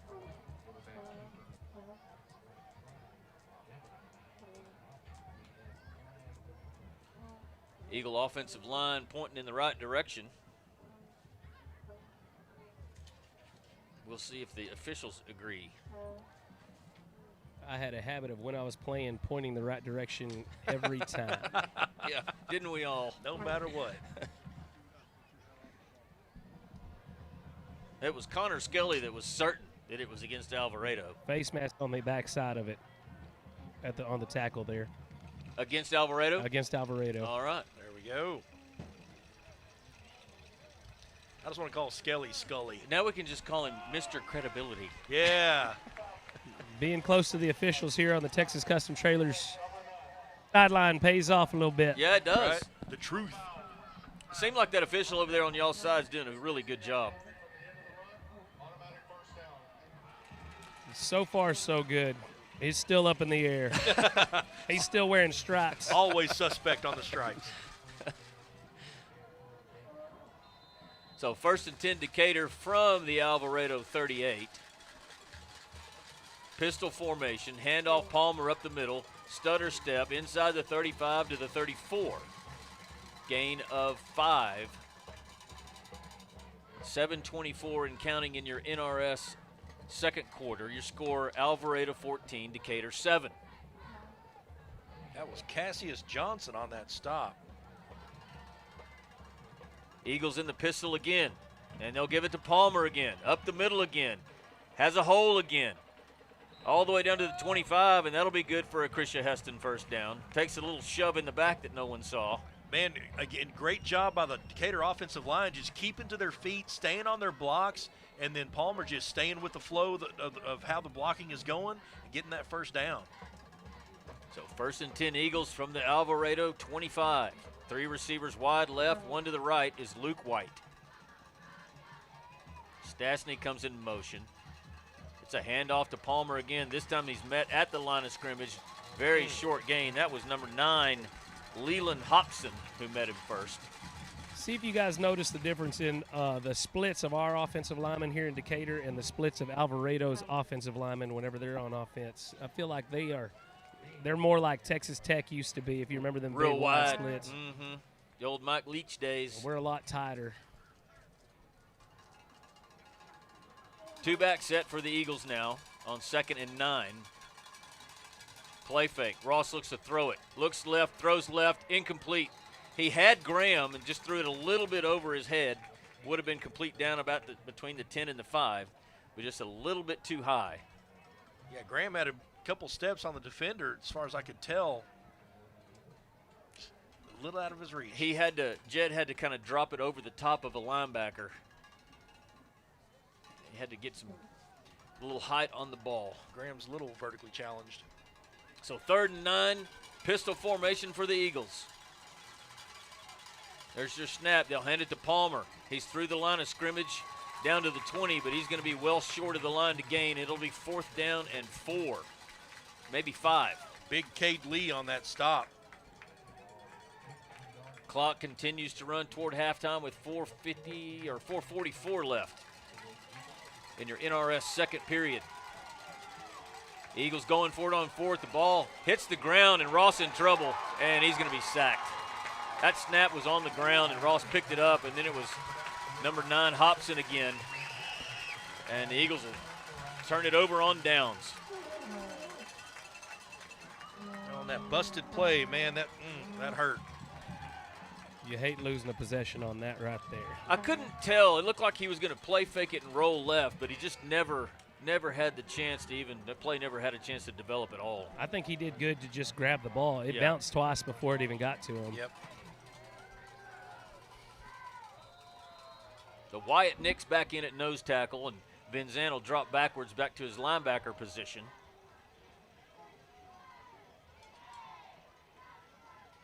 Belton will motion out of the backfield for Alvarado on 1st and 10. Now a receiver comes in motion. Collier's going to fake it. He's going to go deep down the far side looking for Belton, and he's got him. Inside the 20, brought down at the 15. Looked like they had man coverage there, Belton and Lane Heston. What a throw and catch, my goodness. And Alvarado in business at the Decatur 15 with 5:25 left before halftime.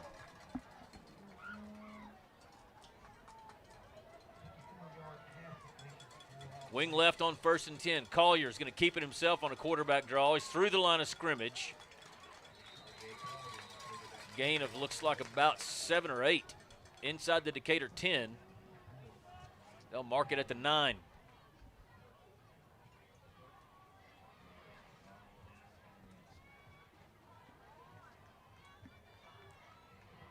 On 2nd down, Collier will ask for the snap. He's got it. He gives it to Belton. He's around the corner, and Belton's going to score. So with 4:47 left, Alvarado makes it a 2-score ball game at 20-7, pending this extra point. Well, Alvarado all business now.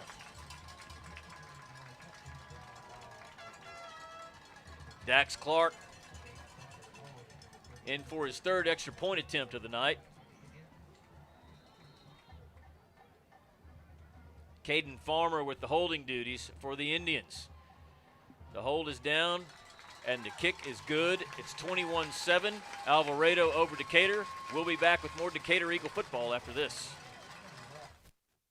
S&J Pharmacy at 1101 West Eagle Drive can fill prescriptions in 15 minutes or less with fast and friendly service. They also offer same-day compounding, private consultations, medication therapy management, immunizations, B12 shots, a convenient drive-through window, and free home delivery. S&J Pharmacy accepts all major insurance plans, including Blue Cross and TRICARE. Open Monday through Friday 9 to 6 and 9 to 1 on Saturdays. Call 940-627-5400. That's 627-5400 for S&J Pharmacy in Decatur. Hawkins Funeral Home is Wise County's only locally owned funeral home and has been serving Wise County and the surrounding area since 1906. The staff at Hawkins Funeral Home is available to you 24/7, 365. Call Hawkins Funeral Home at 940-627-5959 or visit one of their 3 locations in Decatur, Bridgeport, or Boyd. Hawkins Funeral Home, proud supporter of Wise County youth and education and sports. Welcome back to Decatur Eagle football presented by Chapman Landscape and Irrigation. Eagles down 21-7 with 4:47 to go in your NRS second quarter as the Eagles on the field to receive this kickoff from Dax Clark. Looks like it'll be Graham, Feltz, and Gilbreth back deep, but every kick so far has been a pooch, and they got Palmer in the middle up short. Now they're going to kick it deep. It goes to Antoine at the 10. He'll bring it out across the 20, across the 25, still on his feet. Antoine all the way out to the 35. Good return yardage there. Great return. He was trying to get to his blockers. Had to go cross field to get off there because, like you said, that line drive kick to him. 28 yards of return yardage brought to you by the Roof Guy. That kicker kicked right-footed, by the way. He switched? They must have a different kickoff guy, I He guess. did, didn't he? Yeah, it was wild. They'll hand it to Palmer on 1st down. He's around the corner on the far side, still on his feet, all the way out to the 45-yard line. That'll be good for a Krisha Heston 1st down. It's an important drive for the Eagles if they can put it in the end zone here and cut it to 1 score before half. And then we get the ball back at the half. Yes, sir. Handoff Palmer again. Stutters at the line of scrimmage, turns his way up. Short gain out to the 48. That'll bring up 2nd down and 8. I'll tell you, the Indian defense has been coached well to hit Palmer at the ankles and just wrap him up. He is so good at squirreling his way out of some of those tackles. On 2nd and 8, they'll hand it to him again, and Nate around the corner on the far side, looking for the chains. He's going to be short of the line to gain by about a yard, but he's into Indian territory at the 45. Tackle made by number 1. Back in the ball game is Dorian Potter. Oh, flag. Stink.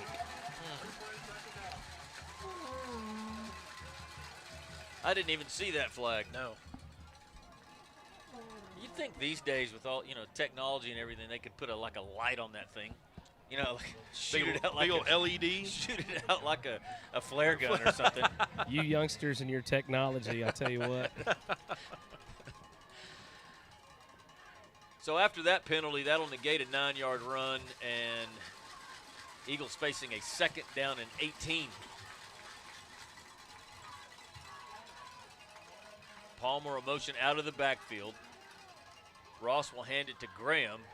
Oh, man. He's got nowhere to go, maybe a yard or 2. And this Indian defensive front kind of having its way with the Decatur offensive line right now. Yeah, that just looked like a wall falling down. All 3 guys up front, 2 linebackers converged. Just cratered him. Palmer's going to take himself out on 3rd and 15. I don't know if he's just doesn't look injured. Ross in a shotgun. He's going to look to throw. Throws it across the middle, incomplete, and that should be a flag. They hit Antoine right in the helmet, and the ball was nowhere near him, and he's down on a knee. Am I wrong here? No, that looked like a targeting. Yes, it did, and not a flag on the field. It also looked like one to Coach Huff. Yeah, I would imagine so. Oh, and Huff is incensed, as he should be. Uh-oh. Look at that official running over there telling him to move. I told you, keep your eyes on him. He's still wearing stripes in the end. That was the fastest sprint I've seen. I've never seen an official move that fast before. He was excited to exert his authority. You must respect my authority. That's going to be a punting situation for Decatur. He trusted his ACLs a whole lot when he ran that way. McCrory will punt, gets the snap, it's away, end over end and low, hits at the 40, takes a Decatur bounce, and it'll roll out of bounds at the Indian 30-yard line. So under 3 minutes left before half, and Alvarado gets the ball back already with a 21-7 lead. Man, so far just, a couple of key plays just going against Decatur. Coach Huff hasn't put his headset back on yet. He's still trying to have a conversation. He should be upset over Absolutely. that play. I mean, that of all things that they don't let go these days, it's that kind of hit. And I mean, it was so blatant right in front in the middle of the field. On 1st down, Collier, a little hitch pass to Belton. Shuffle pass, a shuttle pass. Shuttle. Yeah, that. Gain of 6. Should have just gone with the result. We called it a shovel in Vernon, Texas. Shovel pass. There we go. Well, it's Vernon, though, State champions back in the day, buddy. 2nd down, 4. Alvarado from their own 36. Pistol formation. Collier with a play fake. He rolls right under pressure and brought down. The ball came loose. I don't know whether he tried to throw it, but we're looking for an intentional grounding, and we just got it. Yeah. Just got it, yep. That was Ethan Talley with the pressure. Oh. Whoa. Who can sponsor that? Oh, man. Sharman? That was not Coach Alaniz on the sideline right there from the Texas Custom Trailer sideline. Sharman. Your accidental bad language of the night brought to you by not us. There's no way that's a word. 3rd down, 11. Alvarado from their own 29-yard line. Now they'll look to the sideline for a play call. 2:11 left. Your clock is stopped right now. Decatur trails 21-7.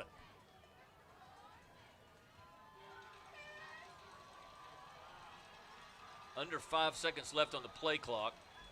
Timeout. And we're going to have a Trinity Realty timeout. We'll take one as well. We'll be back with more Decatur Eagle football after this.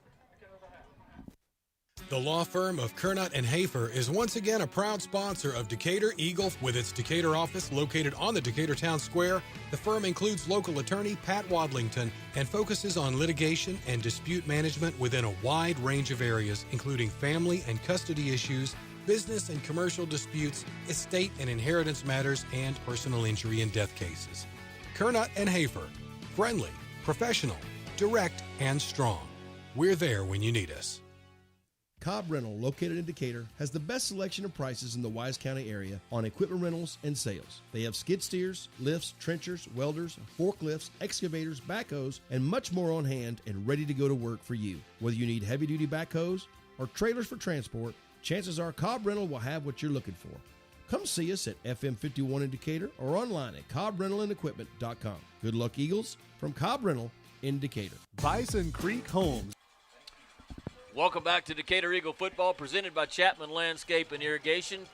2 minutes, 9 seconds left in your NRS second quarter. Decatur trails 21-7. Alvarado with the ball at its own 29. 3rd down, 11. Sanson comes in motion. Collier fakes it to him. He rolls to his left, throws it incomplete. He was looking for Shamarian Lee, and that'll bring up 4th down, and the Indians will have to punt. So Decatur going to get another chance to try to put one in the end zone before halftime and cut this lead down to 1 score. And it's funny. It's not funny, but that last drive, Decatur really had it cooking, and that one holding penalty just killed it. Yeah.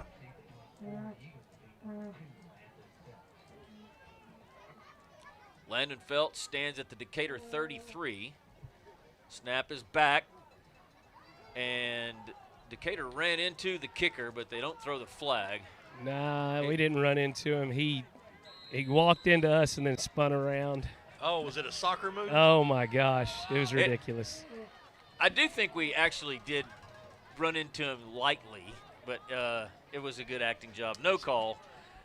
No Emmy, no Oscar. And Decatur will take over at their own 38. Under 2 minutes to go before half.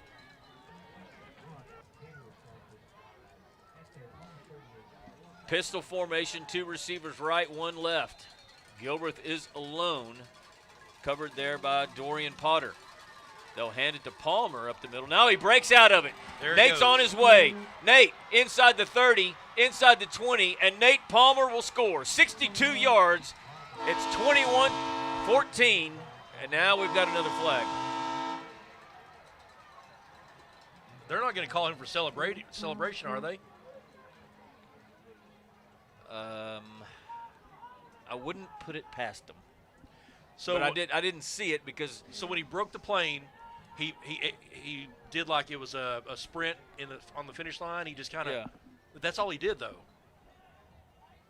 Well, if they do, then these officials are zero fun.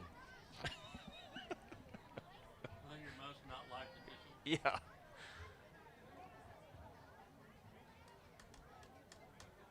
Let's see what it is.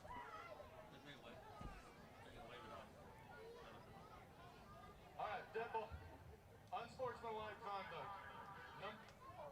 On the offense. Be assessed on the kickoff. That's what it was. That is one of the most, all he did was extend his head out like he was crossing a finish line. So McLaughlin Supply touchdown followed by a Decatur Tire extra point. Great hold right there. Yep. And it is 21-14, Alvarado with the lead. Let's take a quick break, 1:42 left before half. We'll be right back. Is an established home builder in Decatur, proudly serving Wise County and surrounding areas. With an in-house licensed architect and interior designer, Bison Creek Homes has been leading the way in innovative home designs such as modern, contemporary, farmhouse, Texas Hill Country designs, and more. Come put our many years of construction experience to work for you. Visit BisonCreekHomes.com and check out the many beautiful homes we have built. And go Eagles! Build or buy your dream home with help from the mortgage experts at First National Bank Mortgage. Mortgage money man Mark Goodwin will help you build or buy the home of your dreams in Wise County. Our office is now open in Bridgeport, and we're ready to get to work on your new home loan. Why trust your mortgage to anyone else? First National Bank Mortgage, now open in Bridgeport. Apply online at mortgagemoneyman.com. NMLS 543312, Equal Housing Lender, member FDIC. Welcome back to Decatur Eagle football, presented by Chapman Landscape and Irrigation, as Decatur cuts the Alvarado lead to 21-14 with 142 left before halftime on your James Wood scoreboard. Tony, you got a Teresa Mater State Farm scoring summary? I do, and it is epic. A 62-yard run by Palmer and an extra point by McDonald. Those are the easiest ones. They are. The Decatur kicking off from their own 25 after the assessment of the unsportsmanlike conduct penalty against Nate. McDonald's kickoff is fielded at the 25, brought out across the 30, now to the 35, but the Vendozer with a little not messing around. Kind of a soiree move, spin move, brings him down to the ground. Yep. You know, White could have easily done a very aggressive wrestler move on that, but he chose not to. Oh, man. I didn't know where you were going with that for a second. I was After last week, I was nervous. No. That's, well, me too. First and 10, Alvarado. Pistol formation. Ball on the left hash. They'll hand it to Belton. He's up the middle, brought down by the Vendozer, but not until Belton gets across the 40-yard line to the 41, gain of 7. The clock will continue to run, though. Yeah, both teams dangerous with a minute 26 left on the clock. Snap is back to Collier. He throws it, looking for, who is that, 15, Sanson. Here on the near side, it's incomplete. It'll bring up 3rd and 3.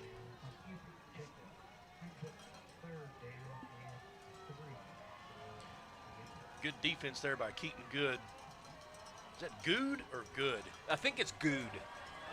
It's very good. It is good for sure, 100%.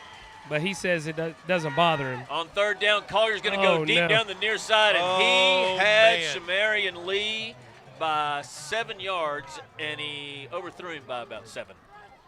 Thank goodness. Appreciate that.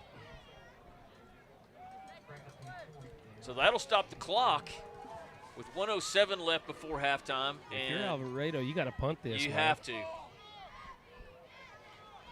They may try to get Decatur to jump off sides on 4th and 3. Pistol formation. They look to their sideline. Belton comes up in a wingback formation, and Collier's going to step back and just kick it himself with nobody deep.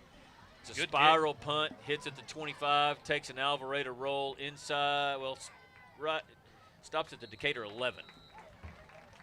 Good punt. So 89 yards to go, and 58 seconds is what Decatur will have to do if they're going to tie this one up. I don't know what McDonald's range is for a field goal. Have we kicked a field goal this year at all? Is it all extra points? All extra points. But I would think we'd have to be somewhere around at least the 20. He's got a decent leg. I just don't know how his accuracy is beyond the 25 or 30. Pistol formation for Ross. He'll hand it to Palmer. Palmer up the middle, breaks a tackle, gets around the corner on the near side, but brought down just across the 10 at maybe the 13. That was number 3, Peyton Woolard for the Indians. Gain of 6, maybe 7. Well, they'll move the marker back to the 18, so it'll be 2nd and 4. Clock still running. They'll hand it to Palmer again, and he'll be brought down at the line of scrimmage. That was Cade Lee in the backfield. Again, man, they hit at the ankles and then just start twisting. Yeah. So, I think Decatur's just going to let this one expire, not run another play before half. The ball sitting at the 19-yard line. We call that tackle gator rolling. Well, they're going to snap it with 4 seconds left. They give it to Palmer. He's up the middle. Oh, man. He does have a Christian Heston first down to end the half, but that will do it. Thanks to NRS for sponsoring our second quarter, and the Eagles will go to the locker room down 7, 21-14. The Carrillo, Sapson, Tibbles halftime show coming up next. We'll be right back. Injuries happen, and you want your athlete better fast. Experience matters, and SRPT and Top Tier Performance are the go-to experts in sports medicine and rehab with 40-plus years caring for athletes. They offer same-day injury assessments Monday through Saturday with fast-track to X-rays, MRI, orthopedic surgeons, and physicians available. They have an arsenal of treatment options to get your athlete back in the game, including cupping, dry needling, laser therapy, massage, adjustments, dry sauna, and cold immersion. Call 940-627-6290 to get started and go where the experience is. Top Tier Performance and SRPT in Decatur. My name is Chris Hurst, and I'm the lead pastor at Grace Fellowship, and I would love for you to join us this Sunday. We have services at 8, 9:30, 11, and 12:30 each week, and our services are compelling, casual, and relaxed. So come as you are and expect to feel welcome. For children and students, we have engaging services that are designed to help them know God in a personal way. We want to help people experience God in the same way that we have. For more information, find us online at gf.church. Hope to see you this Sunday. Go Eagles! Welcome back to the Carrillo Tibbles halftime show. And we are here to bring you the Eagle Dolls. A lot of times, unfortunately, they don't let us show them because the music that they play is copyrighted. Maybe that's a better word. And we get in trouble. And so hopefully they're going to be playing some canned music, and we can show you the Eagle Dolls with video, with audio. Otherwise, you're going to be just stuck with me and Buddy until the band comes out. Senior Social Officer Catherine Stroud. So, well, they get you listen Junior Social Officer Caitlin Howard. And the Eagle You're Doll down. of the Week is Abby Matthew. The Eagle Dolls will be performing their military routine. Captain, is your line ready? Military routine, perhaps. The copyright has expired, so we're going to turn them up. Here we go. Enjoy the Eagle Dolls, folks.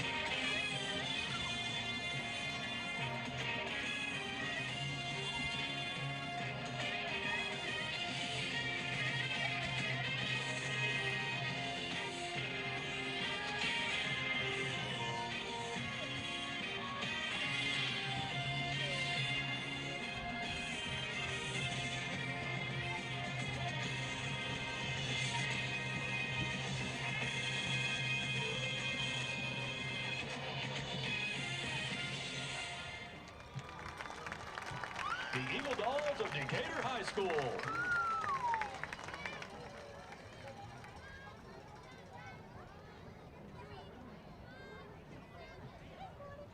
Alvarado, please welcome to the field the Decatur High School Big Blue Marching Band. The BBMB will be performing their 2023 UIL contest show, The Upside Down. Music from Stranger Things. Music written by Peyton Grover and Carlos Botello. Guard work by Michael McNeil. The band is under the field direction of Bailey Johnson, Aiden Mosley, and Luke Wilson. The BBMB Band Member of the Week is Russell Richardson. The Section of the Week is the Clarinets. The BBMB Directors are Ginger Dillard, Caleb Hezard, Eric Lawson, Holly McNeil, and Eric McNeil. We would like to thank the Decatur Walmart for donating water to the BBMB. Please enjoy Upside Down.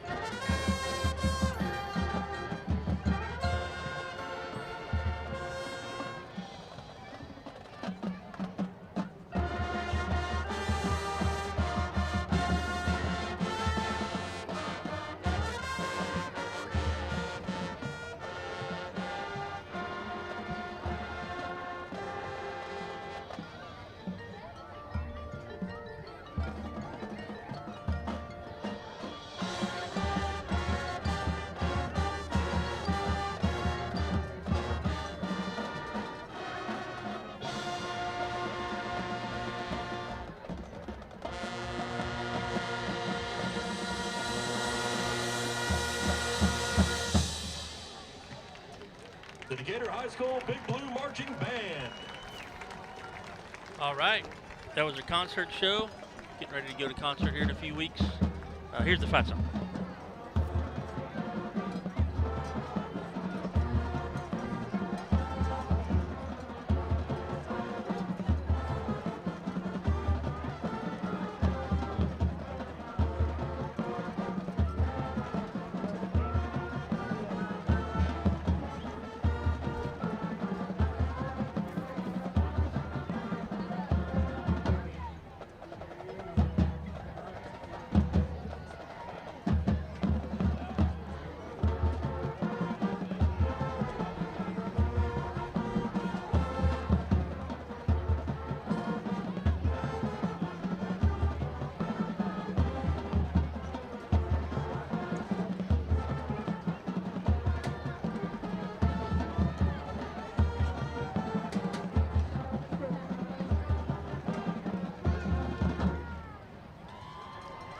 All right, Big Blue Marching Band.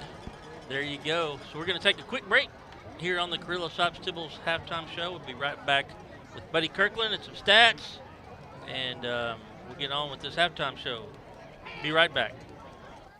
Wise Family Practice and Urgent Care at 800 Medical Center Drive is open 8 a.m. to 8 p.m., 7 days a week to serve you. Wise Family Practice Urgent Care offers sports physicals, DOT physicals, workers' comp injuries, flu shots, preventative health care, weight management, depression and anxiety treatment, and much more. Call Wise Family Practice Urgent Care at 940-626-2110 or visit them at 800 Medical Center Drive in Decatur. Hey everybody, Casey Caraway with the Caraway team. We're on location with Chapman Landscape and Irrigation. Chase Chapman's the best in the business. Let's go check him out. Where is he? Chase! What are you doing? Hey! Are you sleeping? No. You look like you were sleeping in there. No, I come to check on the guys over here, man. No, you were sleeping. I'm so tired of this, dude. I'm trying to help you out. I'm trying to make these commercials. It's hard every time. I'm done. I don't think I can do another one.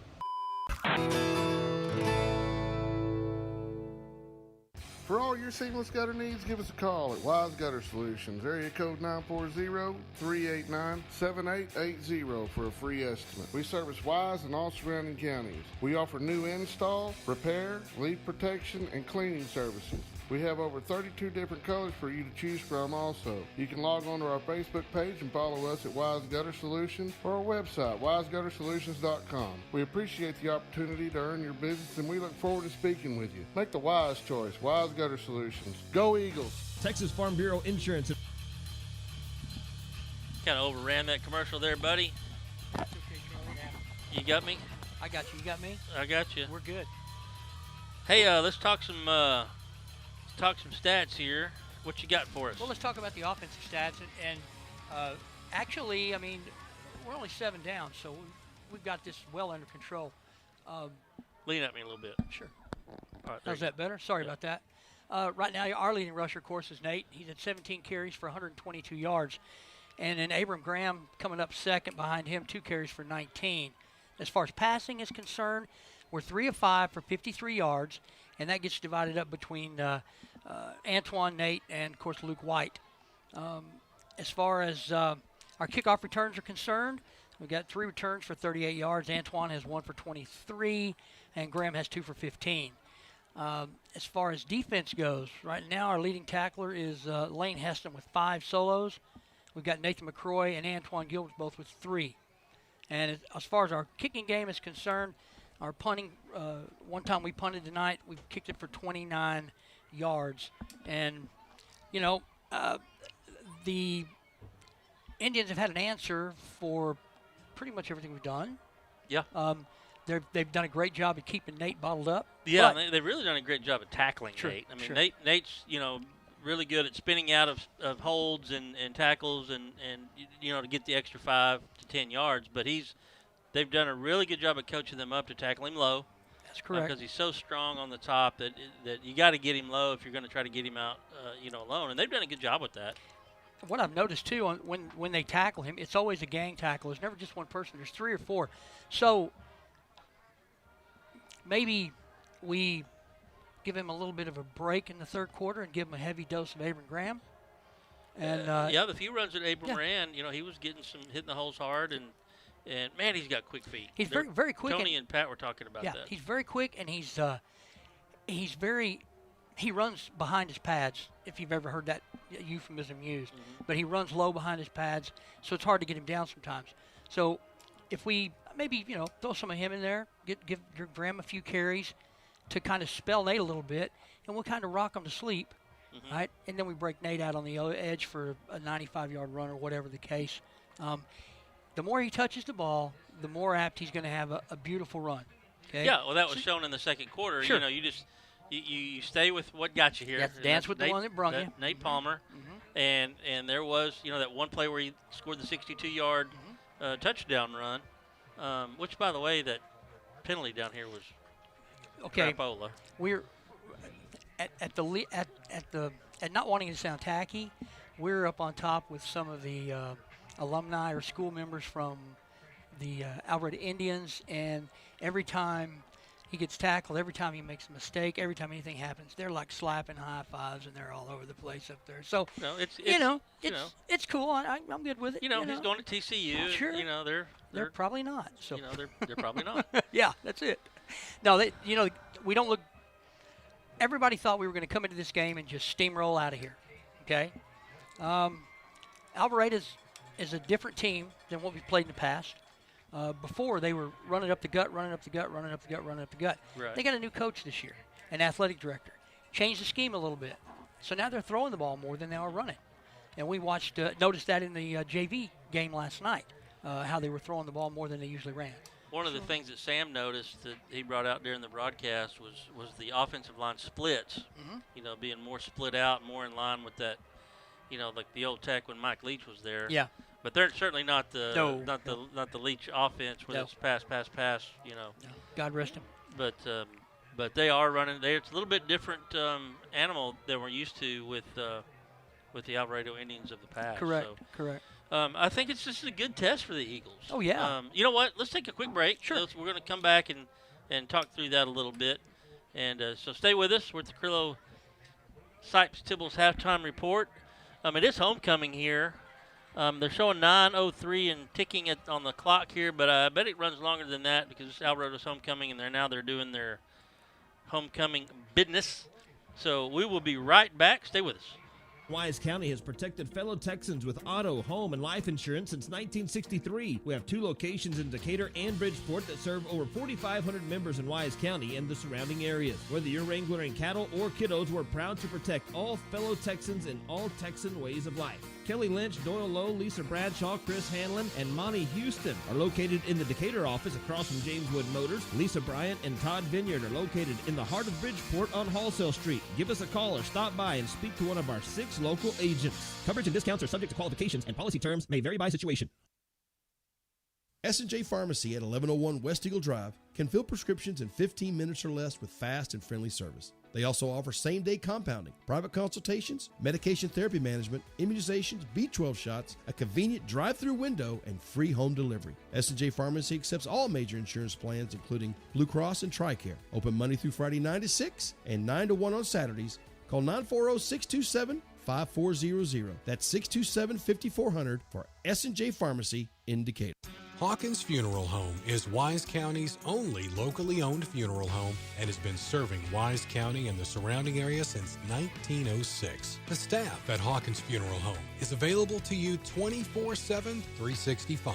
Call Hawkins Funeral Home at 940-627-5959 or visit one of their 3 locations in Decatur, Bridgeport, or Boyd. Hawkins Funeral Home, proud supporter of Wise County youth and education and sports.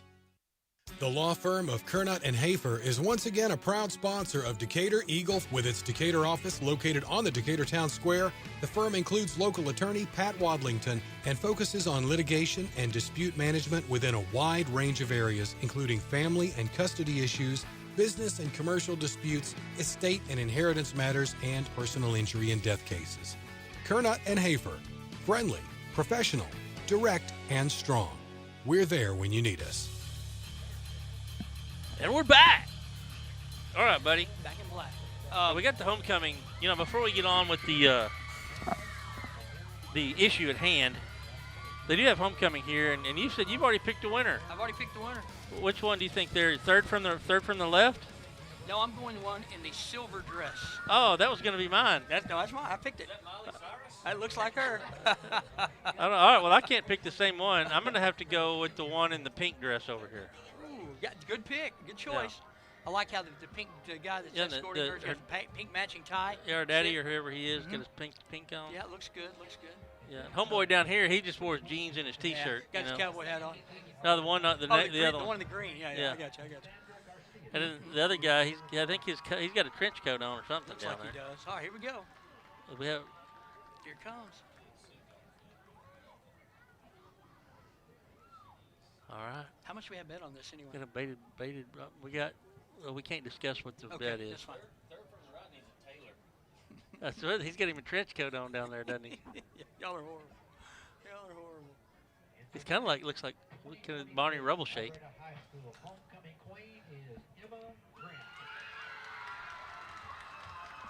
Who was it? Trench coat. No? The trench coat guy? Yes, trench coat guy. Boy, we blew that, didn't we? Big time. So, I guess we pushed on our bet. Look, back to the business at hand. Business at hand. You know, like which you is said, the Decatur Eagles. You said this is it's a good test for them. It is a good test for them. I think it's exposing a few things. Yes, it is. It's exposing some things, but it's exposing some things that we've seen, here and there. Right. But nothing that we've been able to put a foundation on yet. Well, I think, and this isn't a negative comment because they play really hard, but our offensive line is a little small, right? And I think that's being fair. I'm not criticizing their effort and their play. I think they play as hard as they can, but I think when you run up against a big defensive line like Anna and what they've got here they got a lot of speed too, and I think that shows a little bit, I think that's why Nate's having a hard time breaking the tackles and getting some open space. But that doesn't mean that our coaches can't make a correction, and they can look at some things that happened in the first half and fix it. I think Coach Huff is number one, he's a quarterback maker, so he creates quarterbacks. But I think his biggest skill is motivating these guys at halftime. He'll go in there and he'll change some things up. We'll take our blocking schemes and use them in more of a quick hit type method, right? Because if you're in this quick hit method, all you have to do is hold your block for just a split second and it breaks them. So that's what we'll have to put something like that in. And we've done it before. I saw him do it against Stephenville, and it worked for us. But I think we've got to get some communication going on the back end for our secondary because these guys have got some speed. Not that we don't, because we do, but they've got to play these people far enough back to make sure that we're behind them and not in front of them. Yeah, okay? And the quarterback's got to – we saw he can throw the ball a long way. Yes, he can. But he doesn't throw the ball hard on those mid-range passes, right? I mean, so the defensive backs have some time. Sure they do. Even after the pass is in the air to close gaps. So, I think the coaches will likely point that out and say, listen, fellas, I mean, you just need just a little bit of extra effort on the secondary, and I think they can make those coverages. And when you're out there in the field, in the heat of battle in the secondary, you don't notice those things, okay? You just, everything's coming at warp speed, and you don't notice how slow the ball's traveling, and you don't notice the pitch. It's almost like a punt sometimes. Yeah. So I think once we make some adjustments at halftime, we get the ball coming out, so that'll give our offense time to get back up, and at least, we'll be 21-21 going into their first possession. And our defense should be able to step up and hold them back. Okay. I look forward to a really good second half. I do too. I think the Eagles are going to take a step up on both sides of the ball. Yep. And it's still a game. We're only 7 points down. Sure. Buddy, it looks like we've got about 2:17 left on the clock here at halftime. So we're going to take a break and be ready to come out swinging here in the third quarter. Thank you, Charlie. I appreciate it. Thank you, buddy. Nice job. No problem. Cobb Rental, located in Decatur, has the best selection of prices in the Wise County area on equipment rentals and sales. They have skid steers, lifts, trenchers, welders, forklifts, excavators, backhoes, and much more on hand and ready to go to work for you. Whether you need heavy-duty backhoes or trailers for transport, chances are Cobb Rental will have what you're looking for. Come see us at FM 51 in Decatur or online at CobbRentalAndEquipment.com. Good luck, Eagles, from Cobb Rental in Decatur. Bison Creek Homes is an established home builder in Decatur, proudly serving Wise County and surrounding areas. With an in-house licensed architect and interior designer, Bison Creek Homes has been leading the way in innovative home designs such as modern, contemporary, farmhouse, Texas Hill Country designs, and more. Come put our many years of construction experience to work for you. Visit bisoncreekhomes.com and check out the many beautiful homes we have built. And go Eagles! Build or buy your dream home with help from the mortgage experts at First National Bank Mortgage. Mortgage money man Mark Goodwin will help you build or buy the home of your dreams in Wise County. Our office is now open in Bridgeport, and we're ready to get to work on your new home loan. Why trust your mortgage to anyone else? First National Bank Mortgage, now open in Bridgeport. Apply online at mortgagemoneyman.com. NMLS 543312, Equal Housing Lender, member FDIC. Injuries happen and you want your athlete better fast. Experience matters, and SRPT and Top Tier Performance are the go-to experts in sports medicine and rehab with 40 plus years caring for athletes. They offer same-day injury assessments Monday through Saturday with fast track to x-rays, MRI, orthopedic surgeons, and physicians available. They have an arsenal of treatment options to get your athlete back in the game, including cupping, dry needling, laser therapy, massage, adjustments, dry sauna, and cold immersion. Call 940-627-6290 to get started and go where the experience is. Top Tier Performance and SRPT in Decatur. My name is Chris Hurst, and I'm the lead. Welcome back to Decatur Eagle football at Charles Head Stadium in Alvarado, presented to you by Chapman Landscape and Irrigation as we get ready to start our Triple T Windows third quarter.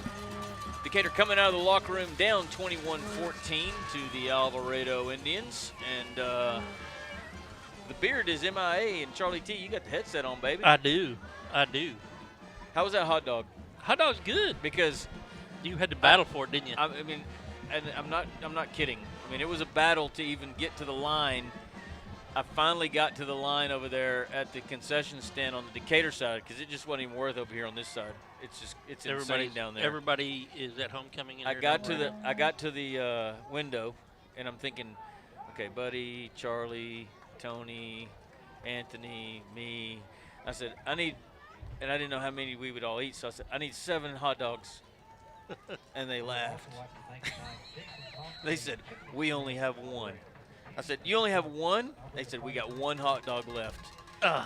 So well, run over there and get me some more over the other side. That was yours, my man. Man, you taking care of me. Because I had to work through halftime. I had to, man. Carrillo, Souths, and Tibbles halftime.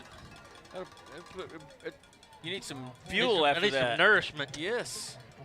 So Decatur will field the opening kickoff of this third quarter. And an interesting first half. I mean, it was filled with some big plays, and it had a sprinkling of everything. Some big plays, some penalties, some long drives, but your kickoff is underway. It'll be fielded by Feltz at the 12, and he's out across the 25. Excuse me, that's Abram Graham. I'm sorry. Yeah, this is one of those things we were talking about, Pat, during halftime, about how good of tacklers that the Indians are. You know, they rarely miss a tackle, and it showed right there that he hit the first Alvarado Indian he hit. Brought him down. I solved the mystery just now on the kicker, that the guy that was kicking extra points, number 34, Dax Clark, is a left-footed kicker, and we noticed that he was kicking off with his right foot. And I took a little bit closer look, and it was number 24, Oliver Estrada, gets the kickoff duties for the Indians. On first down, Decatur will hand it to Palmer. He'll work his way around the far side, across the 30 to the 32. Gain of 5. Indians doing a good job stringing him out down there on the left-hand side and bringing him down with just a gain of 5. 3 receivers tight here to the near side. Pitch out to Palmer. He's met in the backfield. Cade Lee dropped him. That was number 4, though, Gavin Rios, who put the initial pressure in the backfield, and then Cade Lee there to clean it up for no gain. Yeah, Gavin was back probably 4 yards into the backfield before that pass was made. Actually, it was a forward pass, Pat, and Indians did a good job closing. Third down 5. Ross rolls to his left, looking to throw it. Under pressure, he stays on his feet. Hit, the ball goes straight up in the air, but it's out in the sideline.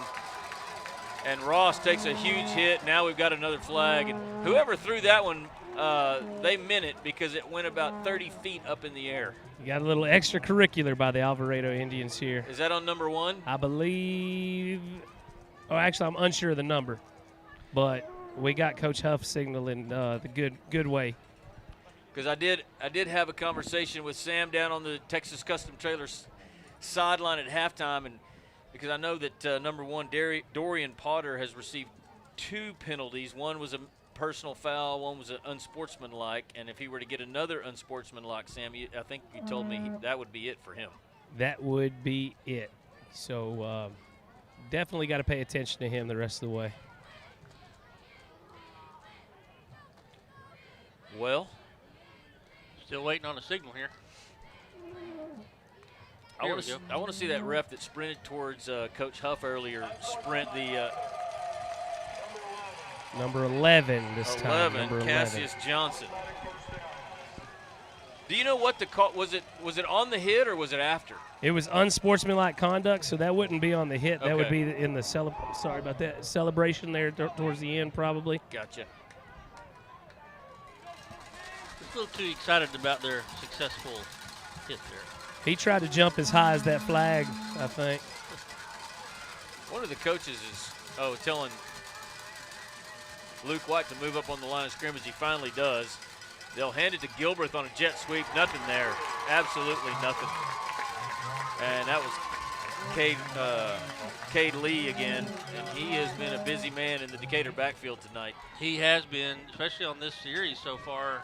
He's the man right now for the Indians. Read it. Penetrated the backfield, made a good tackle there. 2nd and 14 for the Eagles. Opening possession of your third quarter. 2 receivers wide to each side. Ross steps up to his line, sends a message, now asks for the snap. There's your snap. Handoff. Palmer hesitates at the line of scrimmage. Nothing doing. Push back. Maybe a gain of 1, but I don't think anything. And this Alvarado defense is just keying on number 7 now. Well, that's a smart play. I mean, if you're coaching them up, you know, the big hitter for the Eagles is number 7. You got to have 2 or 3 people eyeballing him all the time, because if you don't, you end up with a 62-yard touchdown like you had in the second quarter. So they've been coached well. 3rd down, 12, Eagles from their own 40. Ross looks to throw it. Throws it across the middle, incomplete. It was tipped away by number 4, Gavin Rios.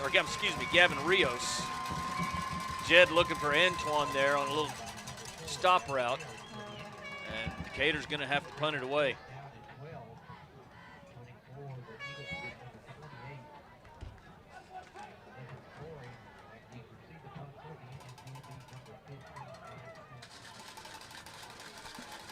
So Nathan McCrory back deep to kick it for Decatur.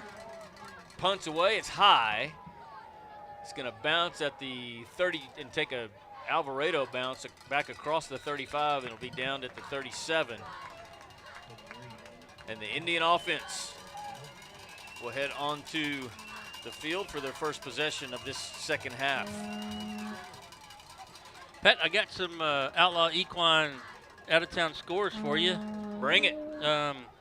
Let's see. How about there's no score showing yet on the Decatur Victory Christian Academy. I got it. It. Steve Neely just texted it to me. I'll get it. Okay. 56-6 victory over the team at El Paso City. Nice. I'll get some more after this play. On 1st down, Collier's going to keep it himself. He's trying to get around the far side. He does get the edge. Lane Heston begging for a holding call. He should have got it. But all right, the men in striped shirts didn't see it. Burke Burnett tied up at 0 with Vernon in the beginning of the third quarter. At halftime, Springtown over Glenrose 24-10. On 2nd and 1, they'll hand it to Belton coming around the near side. He's got the first down, and he's pushed out of bounds right at your Renshaw Drug 50-yard line. The Jacksboro Tigers 21-14 over Henrietta. Chico losing huge 49-0 in the fourth to Celeste. And Abilene Wiley Bulldogs, the hated Abilene Wiley Bulldogs, are winning, unfortunately, 24-14. And Alvord getting blown out by City View 36-0 at halftime. up in Wichita Falls. On 1st and 10, they'll hand it to Belton. He bounces to the outside into Decatur territory, upended at the 45. That's a gain of 5.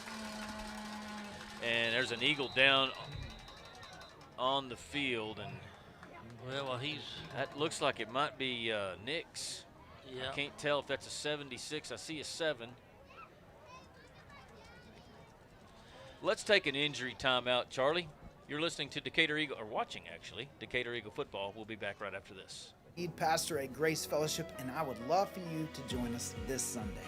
We have services at 8, 9:30, 11, and 12:30 each week, and our services are compelling, casual, and relaxed. So come as you are and expect to feel welcome. For children and students, we have engaging services that are designed to help them know God in a personal way. We want to help people experience God in the same way that we have. For more information, find us online at gf.church. Hope to see you this Sunday. Go Eagles! Wise Family Practice and Urgent Care at 800 Medical Center Drive is open 8 a.m. to 8 p.m., 7 days a week to serve you. Wise Family Practice Urgent Care offers sports physicals, DOT physicals, workers' comp injuries, flu shots, preventative health care, weight management, depression and anxiety treatment, and much more. Call Wise Family Practice Urgent Care at 940-626-2110 or visit them at 800 Medical Center Drive in Decatur. Hey everybody, Casey Caraway with the Caraway team. We're on location with Chapman Landscape and Irrigation. Chase Chapman's the best in the business. Let's go check him out. Where is he? Chase! What are you doing? Hey! Are you sleeping? No! You look like you were sleeping in there. No, I come to check on the guys over here, man. No, you were sleeping. I'm so tired of this, dude. I'm trying to help you out. I'm trying to make these commercials. It's hard every time. I'm done. I don't think I can do another one.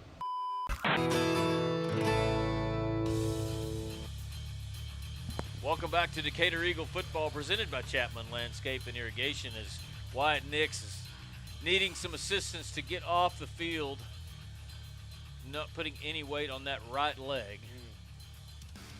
Pat, while he's coming off the field, let me finish up with these scores. It is the weekend of the blowout.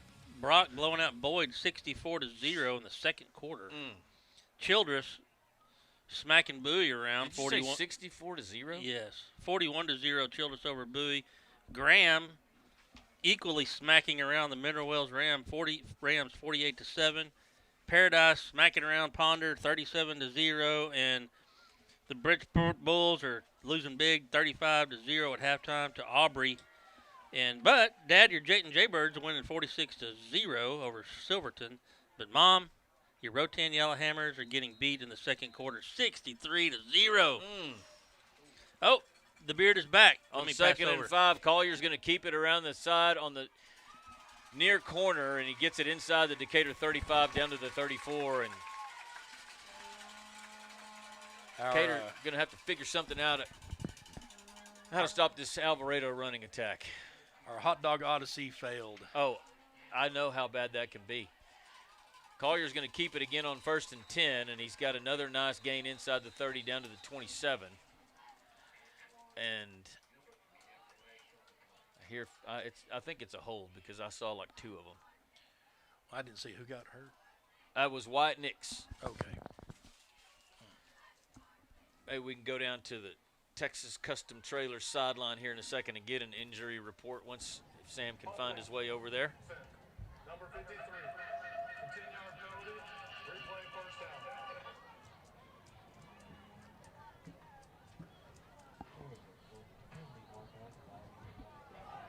Give me just a minute. I'll pop in. Okay.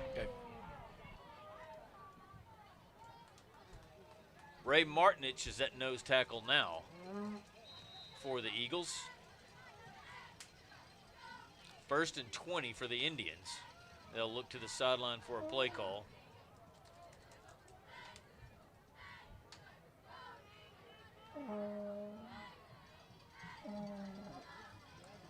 Collier takes the snap, looks to his left, now steps up in the pocket. He's going to run it. Oh! Down to the 35. Hit hard there by Ethan Talley. And we haven't given one yet. And although he kind of hit him in the wrong direction, I am going to give that your Eagle Auto Body hard hit of the night. That was a great hit. Subject to replacement later. That's how we have to do those. Understood. 2nd down, 12. Alvarado, first possession of the second half. They lead Decatur 21-14. Ball at the Decatur 29-yard line. There's your snap. Collier, play fake. Ball slips out of his hand and it's loose on the turf. I think he's able to recover it. He looked like he was going to go deep down the middle for somebody, and when he cocked his arm, the ball wasn't there. Slipped right out.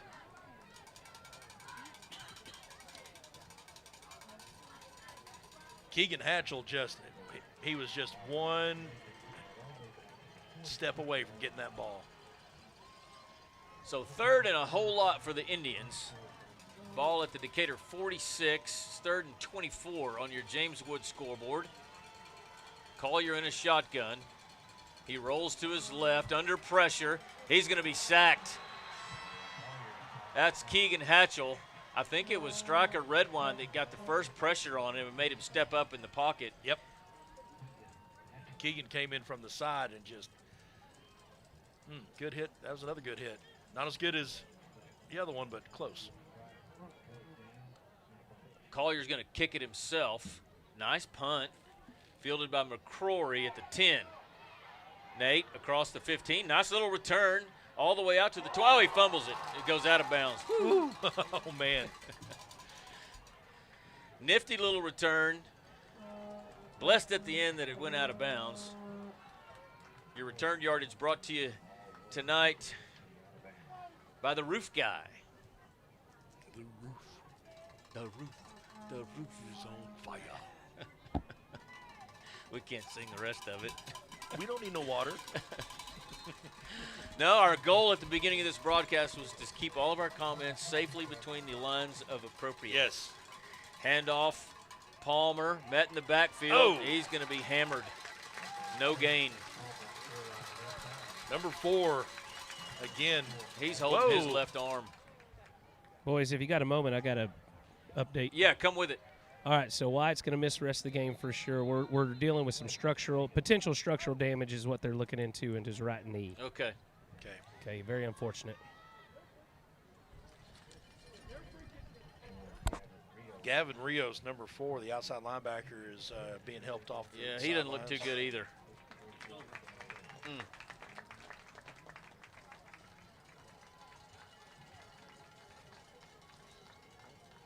Oh, remember we were talking about Cade Lee, 6 foot 215? Yeah. No. Was talking to his uncle next door. He is really? 6 foot 235. Okay. That looks far more accurate. Yes. So 2nd and 10 for the Eagles. Again, if you're just joining us, 21-14 Alvarado. No score yet in the second half with 6:13 and counting in your Triple T Windows third period. Ross is going to throw it under pressure, steps up in the pocket, and he's going to be dropped.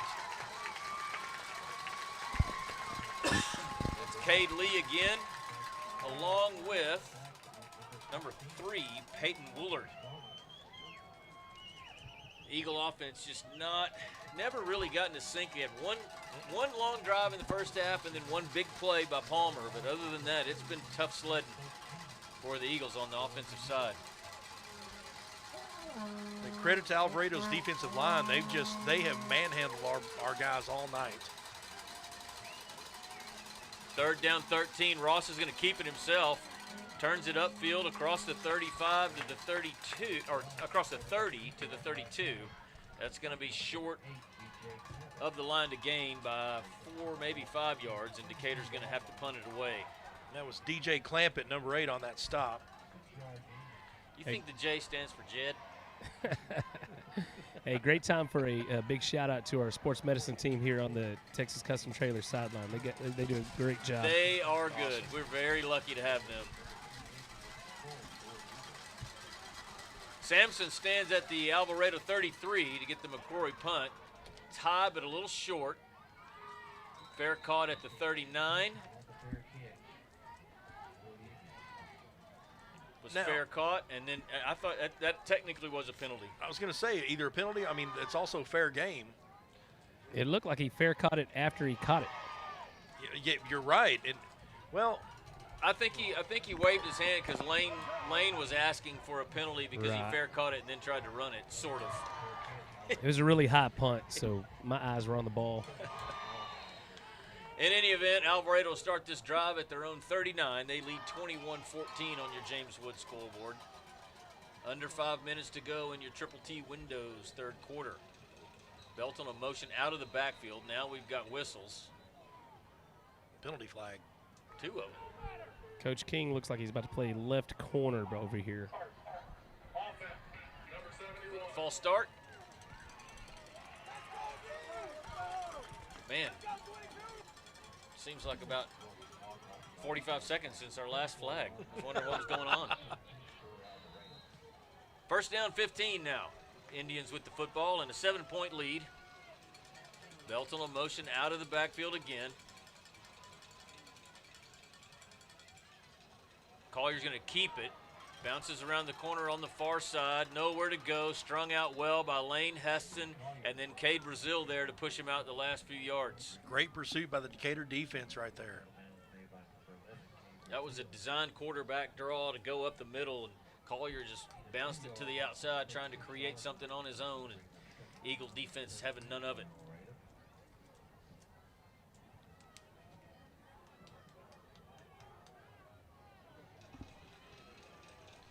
Second down 13. Pistol formation for the Indians. Collier looks like he's going to throw it. Steps up in the pocket. He's going deep down the far side, and it's tipped and incomplete. Gilbert with great coverage. That was Shamarion Lee. He's got a great deep ball. We just finally covered it. That looked good that time. That was great work by Gilbert. You're absolutely right. Just waited to the last minute, was able to turn around, look for the ball. There is a flag in the backfield. That's got to be a hold. No? Why is everyone...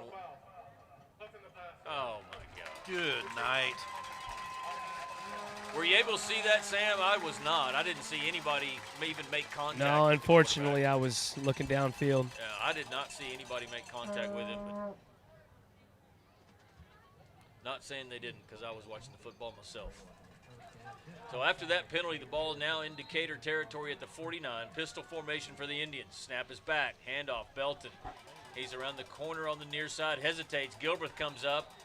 Nice tackle there. Short gain of 3 down to the Decatur 46. The pace of this game just slowing down. Yeah. The clock is running. Keegan Hatchell on that stop, but 4 minutes left in the third quarter, and it's whoa. There's your snap. Hand off to Belton again. Nice. He's dropped in the backfield. That's the big Vendozer plowing his way through the line. Drops Belton for a loss of 3. Back to the original line of scrimmage. It'll be third down 10. He actually forced a fumble right there, and we just missed getting on it. That's a contender. That's, yeah.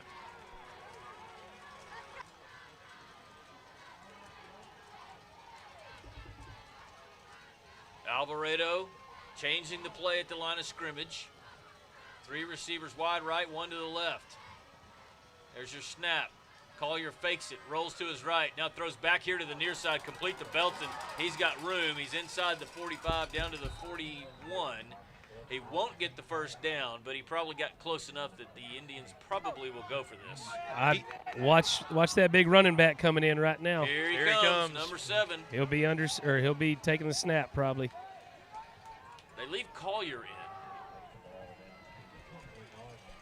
They're going to line up in that like diamond formation. His uncle was saying that they want him at 218, but he just won't stop eating. That's kind of like me. There's your snap. They're going to hand it to Lee. He met in the backfield and dropped short of the first down. There we go.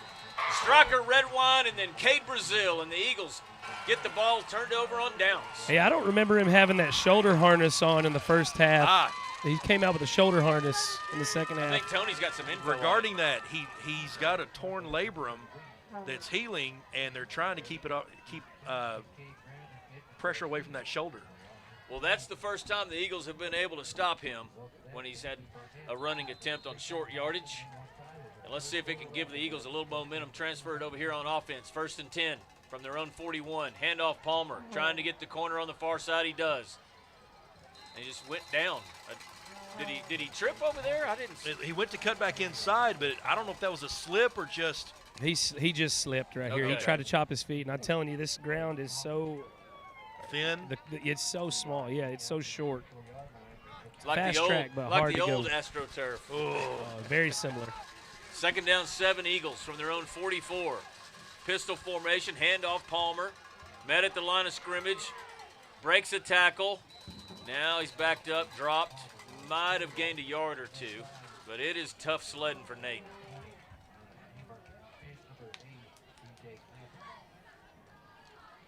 Third down 4, maybe 4.5 is what it looks like.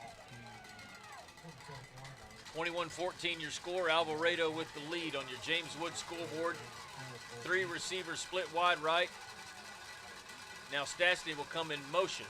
Pass is complete, short in the flats on the near side. It's to Phelps. He's got the first down into Indian territory at the 45. A Krisha Heston first down. I believe the first one of this second half. You're right. Potter's starting to lose the plot over here at cornerback again. Uh-oh. I see Carter Riggins in at receiver on that far side. 2-back set for the Eagles on 1st and 10. There's your snap. Pass is complete to Phelps, this time on the far side. He's got another first down inside the 35 all the way down to the 32, and another Krisha Heston first down. And the Eagle offense did catch a little bit of that momentum from the defense just now. They sure did. I see Potter was running his mouth or doing something over there. Offense hurries to the line of scrimmage. Quick snap, handoff Graham. Stutter step at the line of scrimmage. He's through the linebackers into the secondary, and he's got a gain of 9. And it's like flipping a switch. Carter Riggins just popped Potter. That was a good shot. And Potter's letting the official know.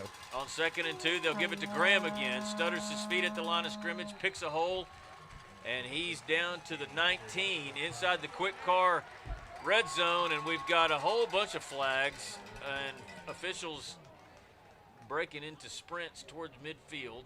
What is going on? Could you see that, Sam? I was watching our near side over here. I was watching Potter. Yeah, did you see Riggins up in his ear? I did.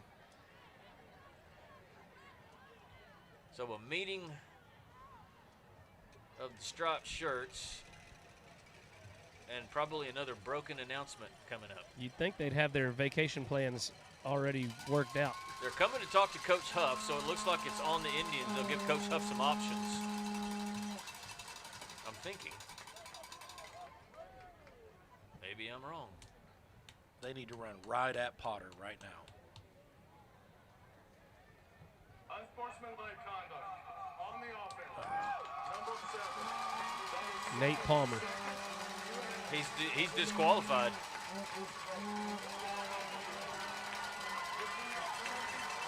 What did he do? Could you tell what he did? I could not tell what he did, but I could tell that the coaches called him immediately to the sideline. That is inexcusable. Remember, that first one was for crossing the goal line. Yeah, but you know that you already have one. Right, absolutely. So the Eagles' best player out for the rest of the game for unsportsmanlike penalty.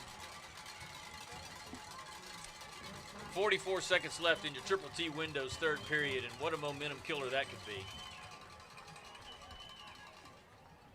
I just realized that my talk to text has been on for like the last 2 minutes, and my friend Barry Fisher is about to get one that is so long. Barry, I hope you're listening because I'm going to hit send. It's the longest. He's about to receive Homer's Iliad. All right, next man up, boys. Yep, 1st and 10 Eagles from the Alvarado 34. They'll hand it to Graham. He's around the near side corner, inside the 25, down to the 21. Brought down by Lee. I can't. Another Krisha Heston first down as the Eagle offense continues this march toward the goal line. Handoff this time. That's Jamari Fletcher, the sophomore, and he was hitting the backfield and dropped for no gain. And we've got another penalty flag. It was Cassius Johnson on that stop, just stunted right through the line, and Wasn't even touched. Tensions are getting thick here on the Texas Custom Trailers sideline. I love the gravitas in your voice. I appreciate it. Here we go again. No way. Block in the back. On the offense.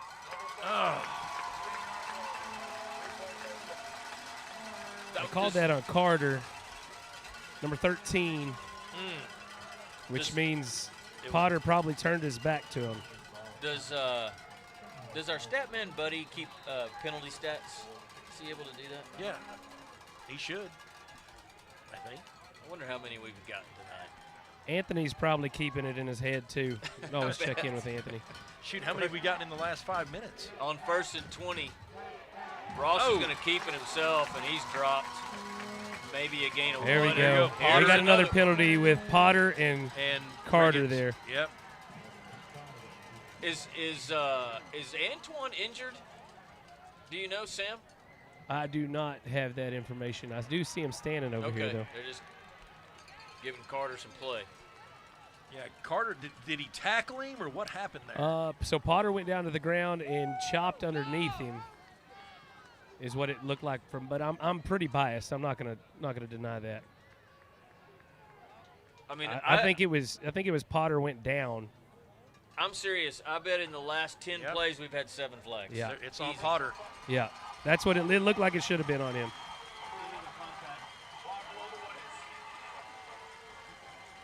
Yeah, he went to cut us, and we're on offense. Well, they moved Potter over to this side now, away from Carter. Luke White gets to have the fun now. Yeah. They had fun earlier in the game, too. Those two did, right from the jump, Luke. So it's a penalty fest here at Charles Head Stadium in Alvarado. Triple T windows, third quarter is extended, isn't it? No, actually, it just comes to an end. Oh, darn it. Just comes to an end as Decatur will start at 1st and 10 inside the quick car red zone. We'll be right back with the start of your 4th quarter right after this. For all your seamless gutter needs, give us a call at Wise Gutter Solutions, area code 940-389-7880 for a free estimate. We service Wise and all surrounding counties. We offer new install, repair, leak protection, and cleaning services. We have over 32 different colors for you to choose from also. You can log on to our Facebook page and follow us at Wise Gutter Solutions or our website, wiseguttersolutions.com. We appreciate the opportunity to earn your business, and we look forward to speaking with you. Make the wise choice. Wise Gutter Solutions. Go Eagles! Texas Farm Bureau Insurance in Wise County has protected fellow Texans with auto, home, and life insurance since 1963. We have 2 locations in Decatur and Bridgeport that serve over 4,500 members in Wise County and the surrounding areas. Whether you're wrangling cattle or kiddos, we're proud to protect all fellow Texans in all Texan ways of life. Kelly Lynch, Doyle Lowe, Lisa Bradshaw, Chris Hanlon, and Monty Houston are located in the Decatur office across from James Wood Motors. Lisa Bryant and Todd Vineyard are located in the heart of Bridgeport on Wholesale Street. Give us a call or stop by and speak to one of our 6 local agents. Coverage and discounts are subject to qualifications, and policy terms may vary by situation. Welcome back to Decatur Eagle football, presented by Chapman Landscape and Irrigation. As we venture into the 4th quarter, the Wise Choice meets 4th quarter. Decatur trailing 21-14, but knocking on the door, 1st and 10 in the quick car red zone to try and tie this one up. 2-back set with Graham and Fletcher. They'll hand it to Graham. He's around the corner on the near side, inside the 15, down to the 11. Like a gain of 6, maybe 7. Quick shout out to David Elliott. Got us on the big screen at Texas Motor Speedway. Whoa. Not Big Tex. Oh, man, let's flip the camera around on us. On his big screen. Yeah. Jeez. 2 receivers wide right, 1 to the left. On 2nd and 4, another handoff, Graham. Stutter step up the middle. He's down to the 5-yard line. He's got a Christian Heston first down, and it's 1st and goal Decatur. We had an inspired speech in between quarters right there, boys. What was the message? Were you able to? We're about to go score right here, and then we're going to beat them physically, and then the team that keeps their composure down the stretch is going to win this game. There we go. Thanks to Texas Custom Trailers for bringing us those sideline reports as they hand it off to Graham. Still on his feet, stumbles down to the 1. I will say this. This has been a physical football game. Very. There's some people out there that are tired. And are going to wake up tomorrow going, yes. Where did that come from? Deion Sanders would say, don't get caught in the bull jump. On 2nd and 2, Ross is going to keep it himself, and Jed is into the end zone, and Decatur can tie it up with an extra point here.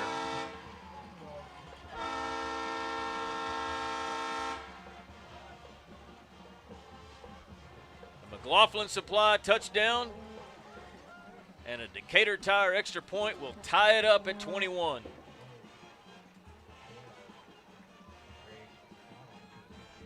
Jace Watson with holding duties, and he's had his work cut out for him tonight on a couple of them, and he's got this one down. The kick is up. It's good, and we are tied at 21 with 10:56 left in the ball game. We'll be back with more Decatur Eagle football right after this. S&J Pharmacy at 1101 West Eagle Drive can fill prescriptions in 15 minutes or less with fast and friendly service. They also offer same-day compounding, private consultations, medication therapy management, immunizations, B12 shots, a convenient drive-through window, and free home delivery. S&J Pharmacy accepts all major insurance plans, including Blue Cross and TRICARE. Open Monday through Friday 9 to 6 and 9 to 1 on Saturdays. Call 940-627-5400. That's 627-5400 for S&J Pharmacy in Decatur. Hawkins Funeral. Welcome back to Decatur Eagle football, presented by Chapman Landscape and Irrigation. Tony, you got a scoring summary for us that tied this one up? A crazy Teresa Mader State Farm scoring summary. A long drive starting in the third quarter that had multiple penalties. Boy, it was nuts. An ejection of the best player on the field. Just back and forth in between the 40 and the 20 with 15-yard penalty this way, that way, and the other way. Finally resulted in a Jed Ross TD in the fourth quarter and McDonald extra point to tie the game 21 up. McDonald in for your Parker Properties kickoff. This is going to be a fun fourth quarter. Kick is high. It's going to be fielded at the 11. Looks like Sampson. He's across the 25. Now backs up on his own, and he's going to be dropped at the 25 by Lane Heston. All that started when the Eagles stopped Cade Lee on a fourth down play. Fourth down, yes. And that gave the Eagles momentum and ultimately resulted in that tying score.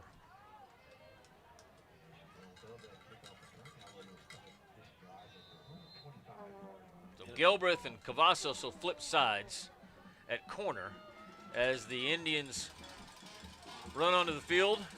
1st and 10 from their own 25, 3 receivers wide left. Collier takes the snap. He'll hand it to Belton. Met in the backfield and dropped. Was it the Vendoza again? It sure was.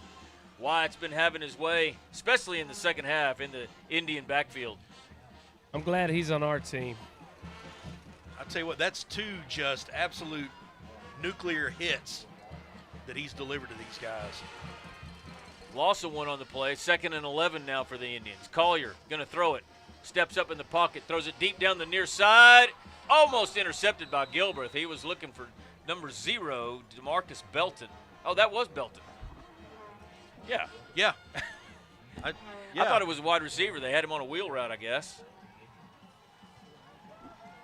Now, Antoine read that all the way, was there in position, and actually could have had it real easily. Yep. So 3rd down and 11. Boy, if the Eagle defense can stop them here and get the ball back, that'd be huge. Collier's going to throw it, rolls to his right. Now steps up. He's going to run it. He's across the 30. He's got the first down across the 40 all the way out to the 46. Well, he got a great block over here. Number 15. Sampson, just, man, that's what got him the first down right there. I mean, he may have already gotten it by a yard or 2, but that was a heck of a block. On 1st and 10, Collier. Pass is complete here and short in the flats. That's to number 13, So Logan Bork. A quick mini stat, just in this half alone, we have 8 penalties. Just Decatur? Just Decatur. Wow. Gain of 3 on that play. Ball spotted at the Indian 49-yard line. 2nd and 7. Hard count. Now Collier's going to look to the sideline.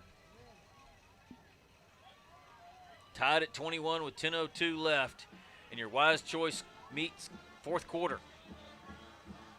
Collier with a play fake. Throws it across the middle. It's complete to Sampson. He breaks the tackle. He's inside the Decatur 30, inside the 25, all the way down to the 20. I'm not sure. Wait, Antoine. there's a flag. Okay. And the Indians are walking back this direction. It's on the far side.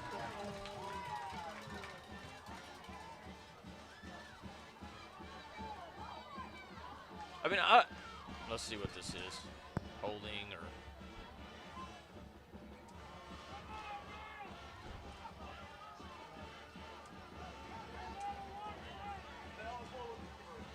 Ineligible receiver. I mean, I've been to some football games where there's been a lot of penalties. I think this has got to be a record. They're checking off every penalty in the book, I think. Nope, we still got to get this one. So after that penalty, the ball is at the Alvarado 44, and it's second down 12 on your James Wood scoreboard. Under 10 minutes to go. Two receivers wide to each side. Belton motions out of the backfield. Collier looks to throw. Steps up in the pocket under pressure. Still on his feet, but he's going to be sacked. Who was it that had the big paws on him? That's Keegan Hatchell again. He's had a heck of a game. 3 sacks, I think, tonight. You know, when Keegan's such a great kid, reached down, helped him up, said, I'll see you in a second. Yep. So third down and 14. The Vin Dozer was not as cordial with the tackle that he just dumped to the ground, or the guard that he dumped to the ground. Oh, man. There's your snap to Collier. Play fake. Looks to throw it. Under pressure. Throwing deep down the middle. It's complete. And there's a holding call. That's on Belton. It was Good that was coming in on a blitz from the near side. And he knows it, too. I mean, it was obvious. He basically tackled him. So that long completion is going to be negated with yet another foul. We got another flag at the back here. at the back end. There's going to be something unsportsmanlike back here. That was it was Decatur. Well, Sampson and Cade Brazil were the two that were around. Good is over there talking to Cade, and now he's going to trot over to the sideline. It looked like a great catch to me, and our secondary is saying that it was an incompletion, and they're adamant about it. But if we would have waited about 5 seconds, we would have found out that it would have been negated anyway. Yeah, they can chill because they're going to be marching back the other direction. But maybe not, since we have our own penalty. It'll play third down over again, I would think.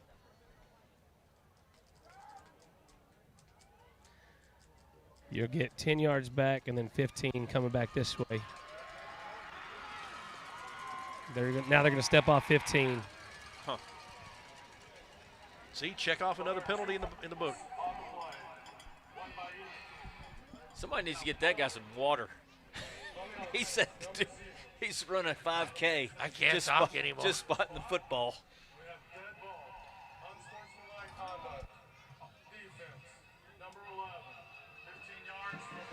I just cannot imagine that Coach Huff is going to be real pleased with this. No matter the outcome. Important to note that unsportsmanlike was on Cade Brazil, his first.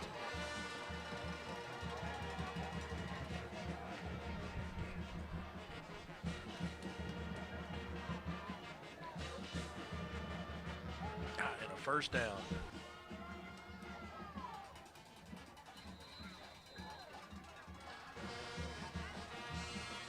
So first and 10, Alvarado. 3 receivers wide right. Bork is the only receiver split here to the near side. Play fake. Collier under pressure, steps up in the pocket. Now breaks out to the near side toward the sideline. He'll step out of bounds, but not before he gets an Indian first down at the Decatur 44-yard line, excuse me. Well, for a second, I didn't think Antoine would pull up, but he did.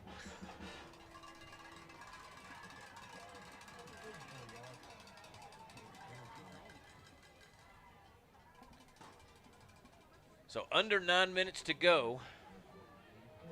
Your score still tied at 21 on your James Wood scoreboard.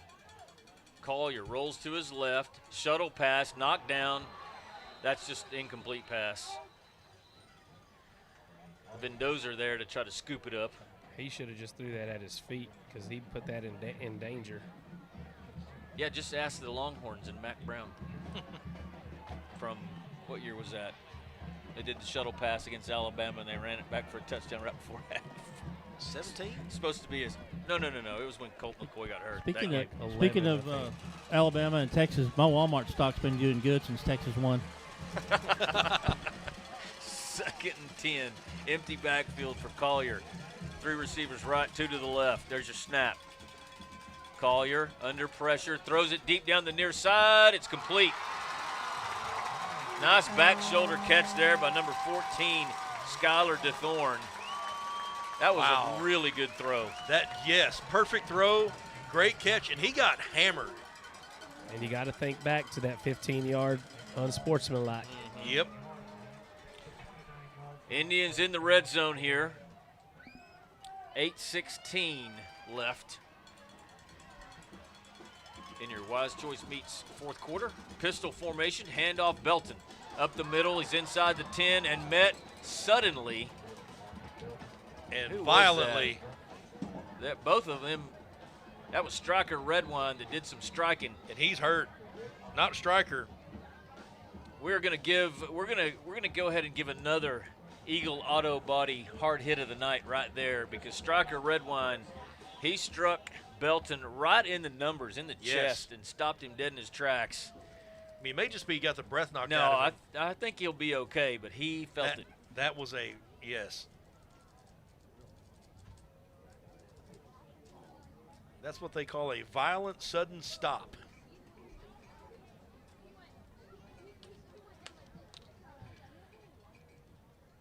Belton up on his feet, and he'll trot to the sideline. That's good to see.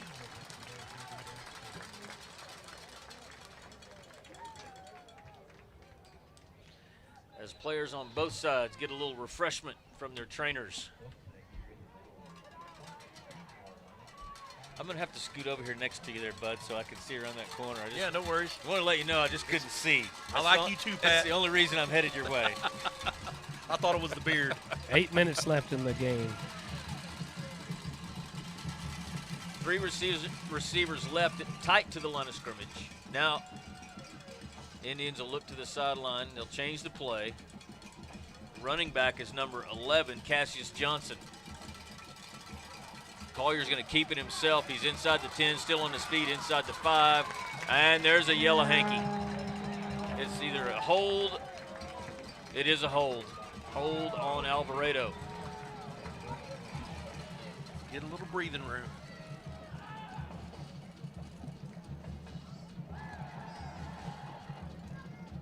These guys are going to need to ice their shoulders. I was just about to say that. Maybe they can go get some little electronic stem work on their shoulder after the game. Little TENS unit. Yes. So they'll assess that penalty and spot it at the 20. It'll be 2nd down 15. Johnson still at running back. 3 receivers split wide left. Indians will change the play.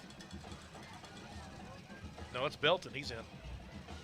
Is it 10? Yep, 0.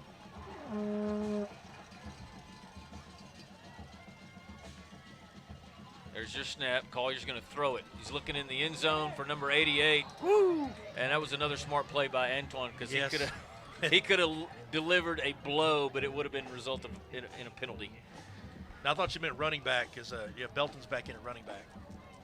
Okay. I think I did, but I think I was wrong.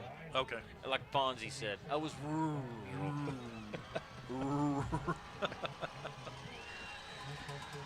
Your references are out of control. Oh, yeah. it all goes back 40 years. Hey, come on. Trinity Realty timeout. We'll take one as well. We'll be back. 7:38 left in the ballgame. 21-21 your score. Home is Wise County's only locally owned funeral home and has been serving Wise County and the surrounding area since 1906. The staff at Hawkins Funeral Home is available to you 24/7, 365. call Hawkins Funeral Home at 940-627-5959 or visit one of their 3 locations in Decatur, Bridgeport, or Boyd. Hawkins Funeral Home, proud supporter of Wise County youth and education and sports.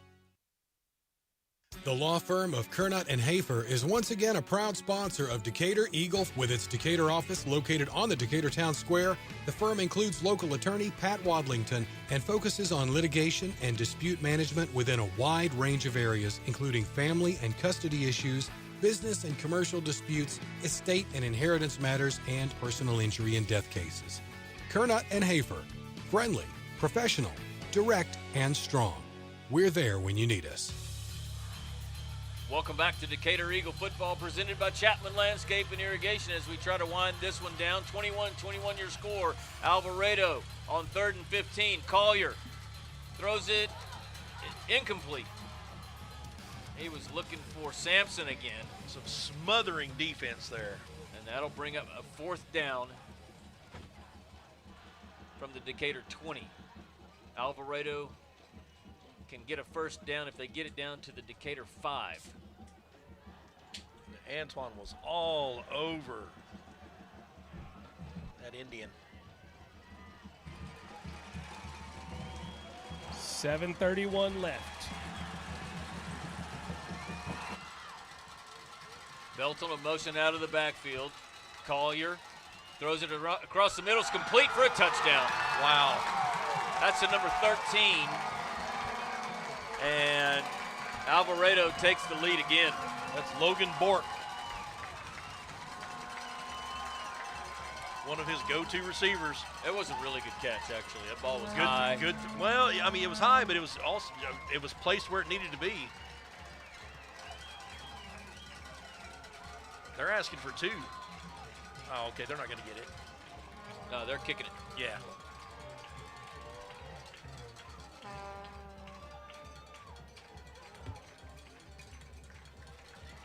Dax Clark's kick is good, and it's 28-21 with 7:25 left in this one. We'll be back with more Decatur Eagle football after this. Cobb Rental, located in Decatur, has the best selection of prices in the Wise County area on equipment rentals and sales. They have skid steers, lifts, trenchers, welders, forklifts, excavators, backhoes, and much more on hand and ready to go to work for you. Whether you need heavy-duty backhoes or trailers for transport, chances are Cobb Rental will have what you're looking for. Come see us at FM 51 in Decatur or online at CobbRentalAndEquipment.com. Good luck, Eagles, from Cobb Rental in Decatur. Bison Creek Homes is an established home builder in Decatur, proudly serving Wise County and surrounding areas. With an in-house licensed architect and interior designer, Bison Creek Homes has been leading the way in innovative home designs such as modern, contemporary, farmhouse, Texas Hill Country designs, and more. Come put our many years of construction experience to work for you. Visit BisonCreekHomes.com and check out the many beautiful homes we have built. And go Eagles! Welcome back to Decatur Eagle football, presented to you by Chapman Landscape and Irrigation. Eagles trail by 7, 28-21, 7:25 left in the ball game. And Gilbreth will field the kickoff at the 7, bring it out across the 20. He'll be brought down at the 24. Got a little 911 here on the readers. I've had a blowout on the left lens. So Gilbreth tackled hard, was a little slow getting up, but he's good. If I get names wrong, it's because I'm having to hold this roster out longer than my arms are.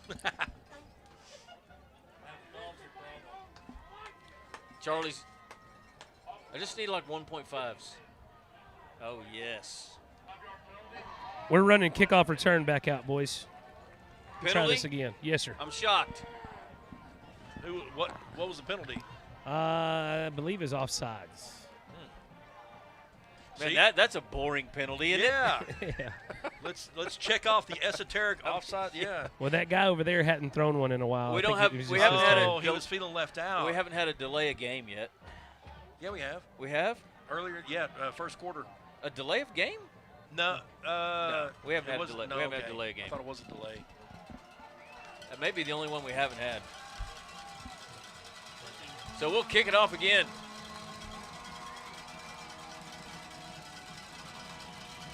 Oliver Estrada with the kicking duties. And he'll kick it this time to Graham at the 15. He's trying to take it around the far side. He can't really do it. Gets it out to the 23, and now Another guess flag. what? Another flag. This may be a coach? No, he saw something. Okay.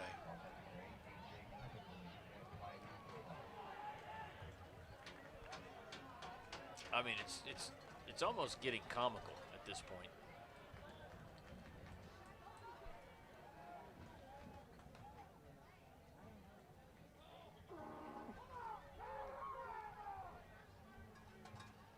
The Alvarado faithful are not happy about something. They're probably not happy that they put the band in front of the scoreboard. Design flaw, boys. Design flaw. What was the block in the back? Okay. Block in the back.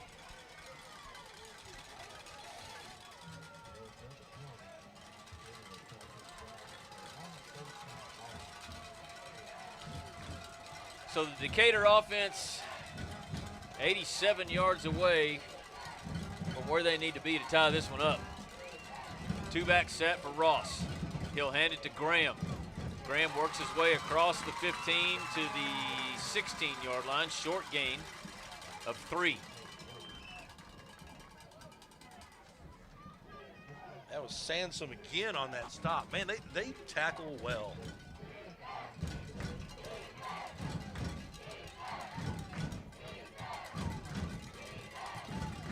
Play fake. Ross on 2nd and 7 is in trouble. He's going to throw it. It's complete to Graham at the 38. He'll make his way almost to the 40. Oh. They'll spot him at the 40-yard line. Little pinball action on Graham. He took it like a man, though. Big conversion for the Eagles and a Christian Heston first down. It's a nice play by Jed, too. He was under pressure, rolling to his left, squared his shoulders. Great throw. I'm really impressed by all his play. Quick pass to Gilbreth. He'll take it across the 45 all the way to the 47. And, well, out to the 49, actually. Gain of 9. That was another one. Jed saw the defense coming across the line, and he rifled that ball into Gilbreth. Jamari Fletcher will come into the backfield with Ross and Graham. 2 receivers wide right, 1 to the left. There's your snap. They'll hand it to Graham. He's got the first down into Indian territory. Down at the 48, but it's another Christian Heston first down, and the Decatur offense plowing its way toward this north end zone in an attempt to tie this ball game at 28. Again, if you're just joining us, Nate Palmer was ejected from the game by rule on a second unsportsmanlike conduct penalty as Ross throws it complete here in the short flat on the near side. Gain of 7 as this official backs up. Interesting commentary by Kingfish. Decatur again, 2nd season in a row, grows up playing Alvarado. Snap is back. Handoff Graham. Works his way inside the 40 down to the 39. Short of the line to gain by about a yard.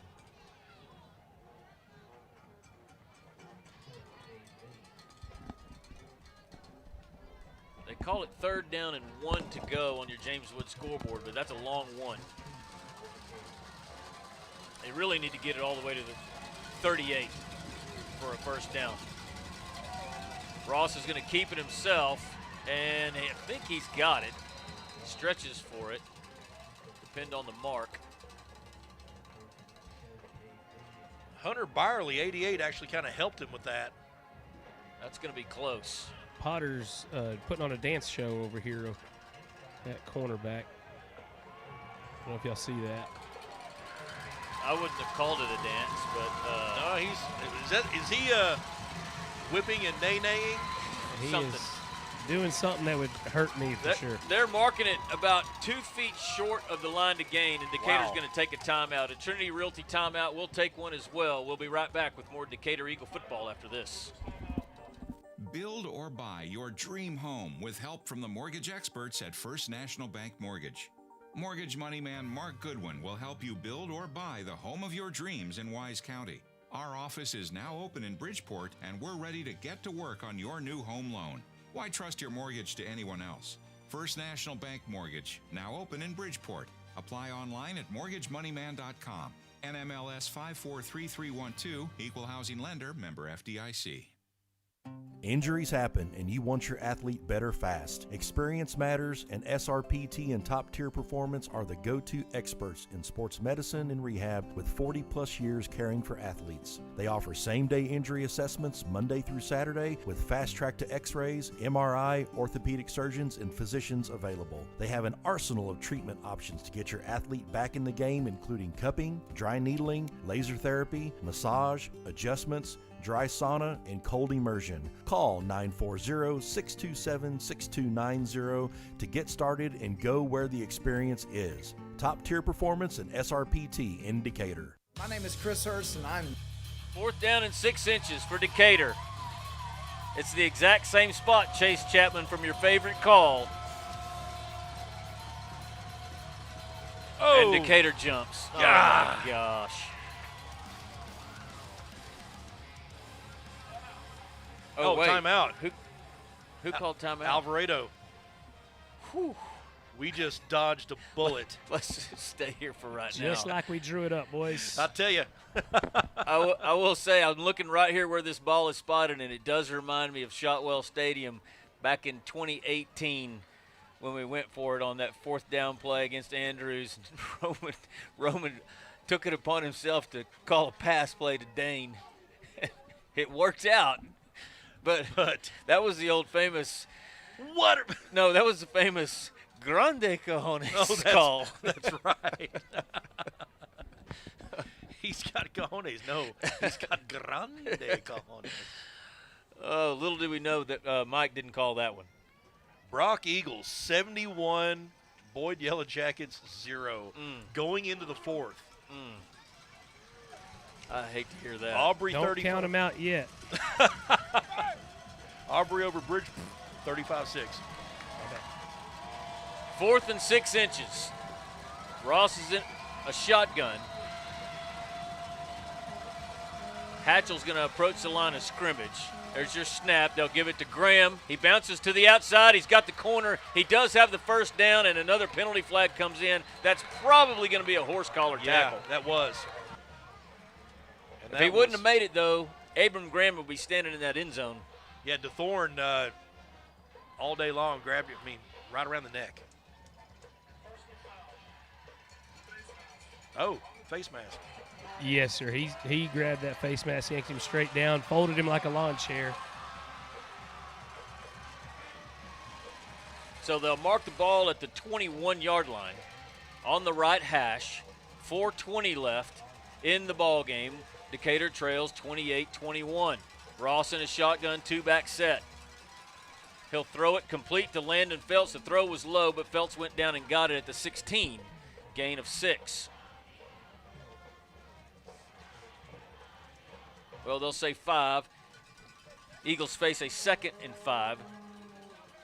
But into the quick car red zone here in the 4th quarter with under 4 minutes to go. Handoff Graham. Coming around the near side, nowhere to go. And there he was, Cade Lee, making another great play for the Indian defense. So 3rd down 5. 3:38 and counting in your Wise Choice Meats 4th quarter. Decatur needing a score here. Snap is back to Ross. He's going to throw it. It's complete to Graham inside the 10, and Abram Graham is going to score. 17-yard pass and catch from Jed Ross to Abram Graham, and the Eagles are an extra point away from tying. No penalty. By the way, that play before, I need to make a note of J.J. Donahue, number 51, pancaked the crap out of Hunter Byerly, number 88. We're going to give him an Eagle Auto Body pancake hard hit of the night. It was amazing. A McLaughlin supplied touchdown. And your Decatur Tire extra point is up and good, and another great hold by Jace Watson. That snap was behind him, and he went and got it and put it down. But we're tied at 28, 3:26 left in this one. Don't go away. We'll be right back with more Decatur Eagle football after this. Lead pastor at Grace Fellowship, and I would love for you to join us this Sunday. We have services at 8, 9:30, 11, and 12:30 each week, and our services are compelling, casual, and relaxed. So come as you are and expect to feel welcome. For children and students, we have engaging services that are designed to help them know God in a personal way. We want to help people experience God in the same way that we have. For more information, find us online at gf.church. Hope to see you this Sunday. Go Eagles! Wise Family Practice and Urgent Care at 800 Medical Center Drive is open 8 a.m. to 8 p.m., 7 days a week to serve you. Wise Family Practice Urgent Care offers sports physicals, DOT physicals, workers' comp injuries, flu shots, preventative health care, weight management, depression and anxiety treatment, and much more. Call Wise Family Practice Urgent Care at 940-626-2110 or visit them at 800 Medical Center Drive in Decatur. Hey everybody, Casey Caraway with the Caraway. Welcome back to Decatur Eagle football, presented by Chapman Landscape and Irrigation. Your Parker Properties kickoff, fielded at the 5-yard line, brought out across the 15. Oh, That's block in the Potter. back. We got a block in the back Yes, on the sir. near Out to side the or far 25. sideline. We had one on the near side over here as well. So that's going to back that one up. I'm sure the Eagle defense was plenty happy to try to track number 1 down and be the guy to tackle him. Yes, sir. Tony, we know what's coming. Your Teresa Mater State Farm absolutely chaotic and crazy scoring summary resulted in an Abram Graham TD and a McDonald extra point, but my goodness, the running on the back of Abram Graham and just penalties galore and chippy play, we are tied up 28-all. You know, I just happened to look down at the Indian sideline, and number 4, Gavin Rios, who came off earlier, one of their really, really good defenders, is being helped toward the locker room. His pads are off. His shoulder. He looks like he's in a lot of pain. I hate to see that. But after that penalty is assessed against the Indians, they're inside their 15-yard line. Again, we're tied at 28 with 3:15 left to go. Collier in a shotgun, takes a snap. He'll roll to his right under pressure, evades a defender. He's going deep down the far side, and it's complete. That's to Bork. Indicator territory at the 45. You know, Antoine had good coverage, and the ball was underthrown, and Bork was able to adjust to it and just made the catch. That's what, 2 or 3 he just critical plays he's made. 1st and 10. They'll throw it to him again on 1st down. And not too much to work with. He'll be dropped at the Decatur 43, gain of 3. Great hit there by Trammell. Under 3 minutes, 2:44 and counting.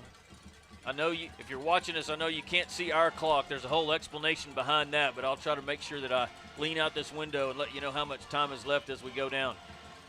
2nd and 7, pistol formation for the Indians. Handoff Belton. He's inside the Decatur 40 all the way down to the Decatur 35, and it's an Indian 1st down.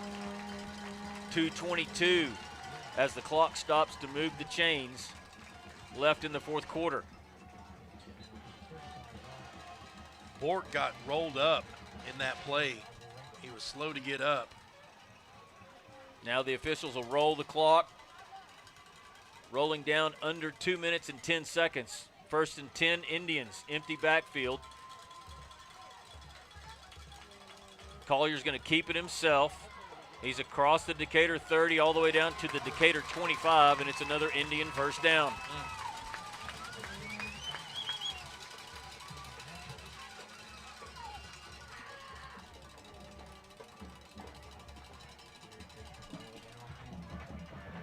So we're under 2 minutes with 1:50 and counting. Any win that we had earlier has gone away too, just about. So be on the lookout of that if they end up wanting to kick a field goal at some point. But one of the Indian linemen hobbles off the field. Big number 77, Giovanni Aguilar, 5'10", 252. Play clock down to 5 for the Indians, but they get the snap away. Collier's going to keep it himself. He's in space. Slides down inside the 20. They'll mark him down at the 18. Now they're going to move it back all the way to the 20-yard line where he started the slide. So it's 2nd and 5. 1:10 left in the ball game. Clock is running. Empty set. Snap is back to Collier. He's going to run it himself. He gets around the near side edge inside the 15 and runs out of bounds. And it was Nathan McCrory. He wasn't touched. No, he did a flop job over here on the side. I'm surprised they didn't throw the flag, though. But we're under a minute, 53 seconds to go. Obviously in field goal range, which is all they're worried about right now, is running out the clock and then probably going to try to just kick the 3. Indians with 1 timeout, Decatur with 3. There's your snap, handoff Belton. He's trying to get around the far side. He does get the edge, and he's going to run out of bounds inside the 10 at the 9-yard line. 46 seconds left in the game. 2nd down, 4.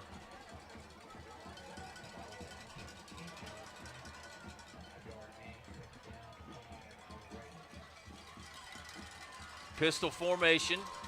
There's your snap. They'll hand it to Belton. He's met in the backfield and dropped. That was Trammell? Yep, 33, Trammell. But the clock continues to run. 35 seconds left. Yep, they're gonna kick a field goal. 3rd down and 4. And there they bring in Cade Lee again. Oh, or they're going to do that. So there's 20 seconds left on the play clock. The play clock and the game clock are exactly the same. They'll hand it to Lee, pushes his way toward the 5. He's going to be short. And with 7 seconds, 6 seconds, I hear whistles. Timeout. And the Indians will call timeout. So with 6 seconds left, it looks like they're going to attempt a field goal to try to win it. Yeah, let's stay here. What a weird game. I texted Buddy to see if we could get a total count on penalties.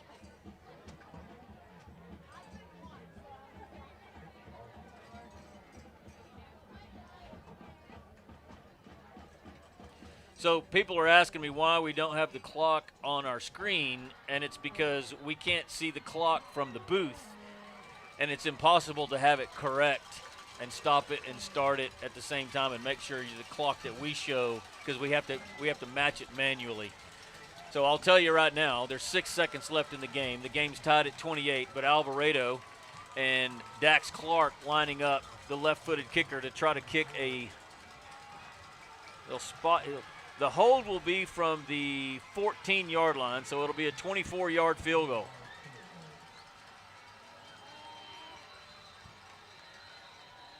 And Coach Huff's going to call timeout.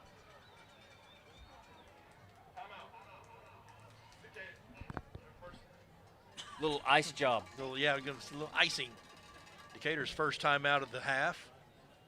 But yeah, Pat, back to your comment, just penalties galore, just a strange second half of the game with I mean, like I said, I think we tried to check off every single penalty in the book. Palmer getting ejected by rule on his second unsportsmanlike penalty. I still don't really know what he did to get that penalty. Sam, did you ever get an explanation of what the actual unsportsmanlike conduct was on that? I did not get a full explanation on that. Okay. But even the first one was so stupid. So here we go. This is probably your ball game.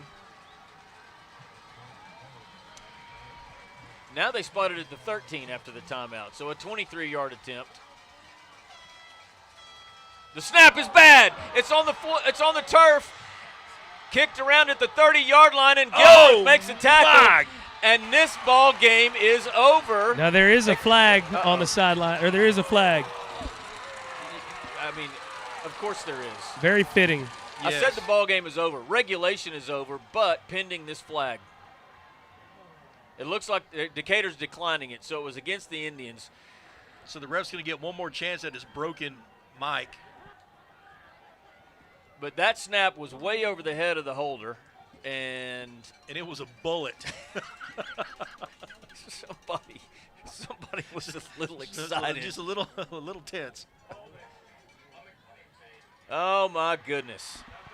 What a crazy game. And we are going into OT. Let's take a quick break. We'll be back with more Decatur Eagle football, which includes overtime here at Charles Head Stadium after this. We're on location with Chapman Landscape and Irrigation. Chase Chapman's the best in the business. Let's go check him out. Where is he? Chase! What are you doing? Hey! Are you sleeping? No. You look like you were sleeping in there. No, I come to check on the guys over here, man. No, you were sleeping. I'm so tired of this, dude. I'm trying to help you out. I'm trying to make these commercials. It's hard every time. I'm done. I don't think I can do another one.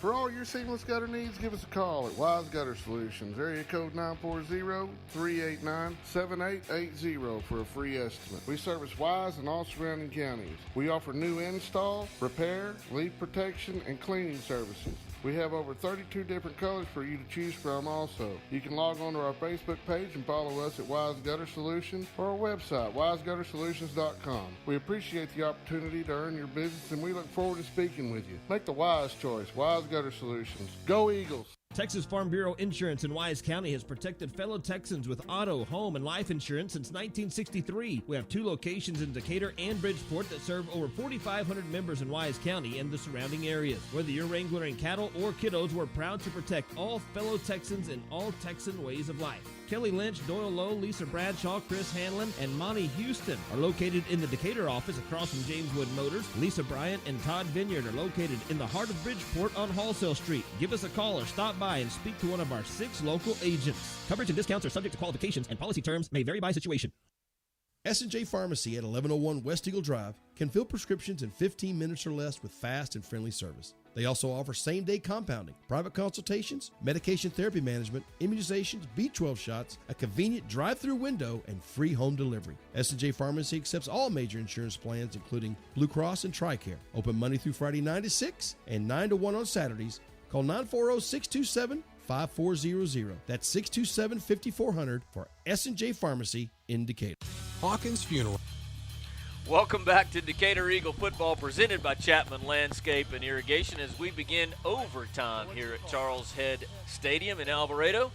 28-28 your score. While we were on break, if you're just joining us, it's been a crazy game with more penalties than I've ever. What are you pointing at? Oh, we're having another coin toss? Yes, sir. We just had another coin toss. We just lost the toss, but we will probably be on offense right here. Okay. Sorry about that. You're all right.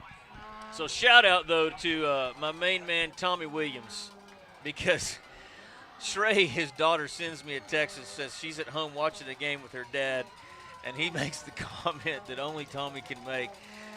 They've thrown more flags than passes. And he's dang near right. Oh, man. Nice. Mike Haynes watching from home in his backyard says he made the wise choice, staying home. So Decatur's going to get the ball first. In addition to the players, the refs are going to have to ice down their elbows after this one and shoulders. So the Eagle offense will take the first shot at scoring here in this overtime. Each team will get a try from the 25. Fletcher will come in motion. Ross rolls to his right, under pressure from Cade Lee, and he's throwing it out of bounds. And he may be 6 foot 235, but the boy can move. He can move. Wow. Jed, I would have hated to have been Jed just then. Yeah, I would not want that. That guy can move for a big man. Well, Potter was all over Luke White on that play. Pass incomplete, 2nd and 10. There's a snap. Handoff Graham. Cuts up the middle. Oh, Graham took on Lee. Head to head and short gain of 2.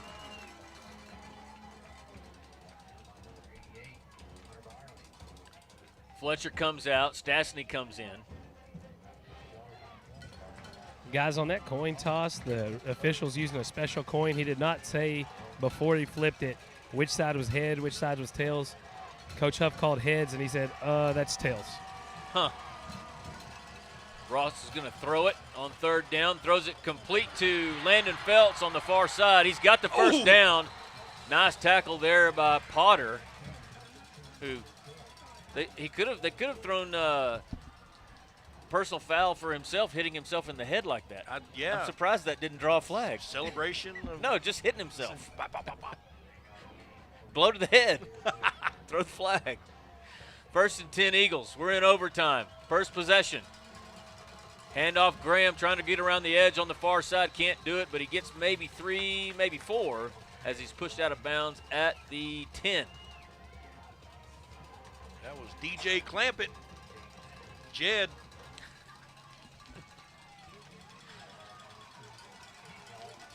Second down and 6 Eagles. Nothing has been easy in this game. No.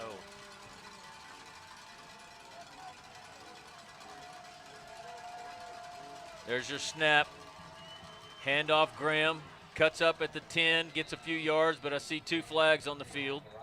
I think they got the face mask right as he was turning as he upfield. took the handoff. But there are 2 flags. I saw the face mask. I didn't see what else we had over here. K. Lee getting helped up by his boys.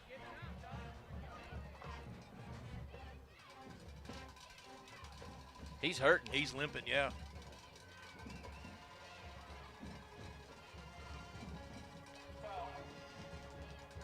Face mask on the Indians is the call.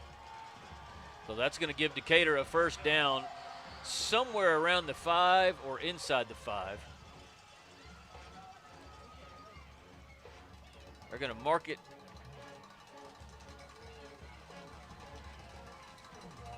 Mark it at the 4. Yep. Ball on the right hash. Again, this is the first possession of overtime. Decatur needing to score a touchdown here to put pressure on the Indians. Handoff Graham. He bounces to the outside, headed for the goal line. Doesn't quite get there. Down to the 1, maybe inside the 1. It'll be 2nd and goal. It's a great tackle by Skylar DeThorne, number 14, because Graham was running hard. Lane Hestan just came up to me and said, "What's Pat talking about up there?" Tell him to go mind his business. He's about to go back on the field. He said, "Mind your business." Ross in a shotgun. He's going to keep it himself. Jed met at the line of scrimmage and pushed back. Oh, maybe a loss of a little on the play. I think the Indians were ready for that. Jed having scored on that a couple of times already tonight. It's Caden Farmer and Peyton Woolard on the stop, the primary stop there. 3rd down and goal. Eagles ball at the 2-yard line. Oh.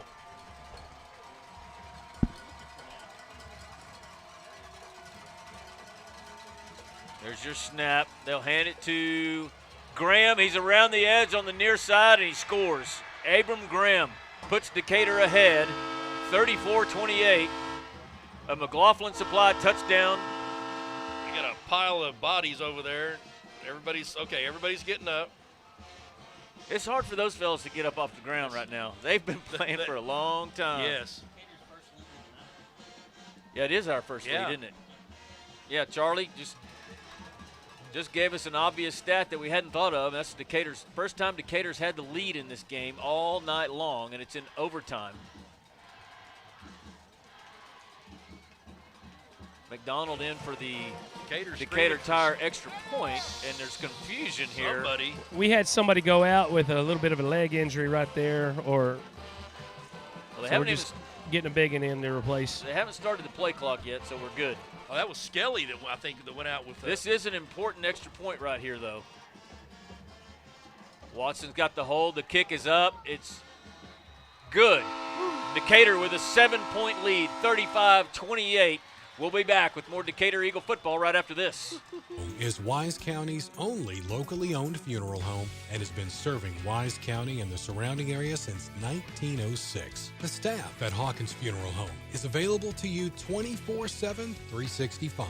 Call Hawkins Funeral Home at 940-627-5959 or visit one of their 3 locations in Decatur, Bridgeport, or Boyd. Hawkins Funeral Home, proud supporter of Wise County youth and education and sports.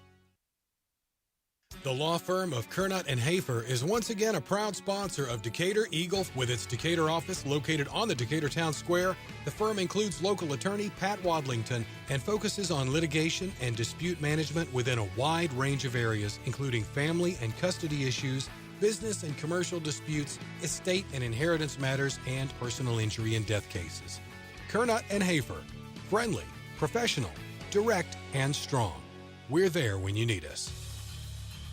Welcome back to Decatur Eagle football, presented by Chapman Landscape and Irrigation, as Decatur has taken the lead in this first overtime, 35-28. Alvarado now with the ball at their 25. And if the Eagle defense can stop them, this ball game is over. But Collier throws it complete here on the near side to Sampson. He's inside the 10, all the way down to the 5, still on his feet, and it's already, well, almost tied. They'll have to kick the extra point. For whatever reason, we gave them a huge cushion. They're going to go for 2. They're not kicking an extra. Nope. I mean, they're not. I don't think they're kicking, boys. Nope. Cade Lee's into the ball game. Yep. We're going to win it. We got to win it right here. This, my friends, is football. 3 yards to win it. If you get it, stop them and timeout. Yeah, Decatur's going to take a timeout. Let's just stick here. I mean, there's been so many things that have happened in this game, I don't even know where to start. It's just, everything and the kitchen sink in terms of penalties and then just various things that happen. Oh, it's going to be interesting when they break this huddle to find out, are they really going to give it to Lee? Yeah. Or misdirect it? I mean, you got this guy 6 foot 235 who bulls his way through, or do you use him as a decoy? I don't know if I'd do that. Because if I'm giving it to number 7 if I'm them. And if I'm Decatur, that's what I'm expecting. But Collier is in the game. Also number 11, Cassius Johnson, is a big kid, plays running back, is in the ball game. But they got to get 3 yards. I would try to head away. Decatur comes out. Are we in a 4-man front? Yep. No. Yeah, we are. No, it's Lane. Oh, okay. Oh, yeah. Lane's so big. Alvarado breaks the huddle. Collier under center. Now shifting. Now a man comes in motion. There's your snap. It's a rollout pass, and it's complete. And Decatur loses 36-35. They used him as a decoy. Yeah. It was Collier to Hunter Byerly, and he just slipped out the backside. Collier rolled to his right, stopped, and threw it back the other way, and Byerly was wide open. And Decatur's going to drop this one 36-35. Our second. Right after the handshakes, I'm going to try to grab Coach Huff. Okay.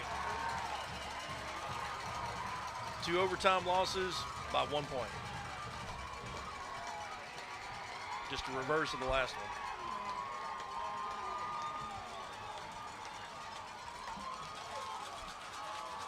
Well, we'll stick here, see if you can do that, Sam. If not, we'll get it at a later time in the post-game show. I see Sam. Yeah.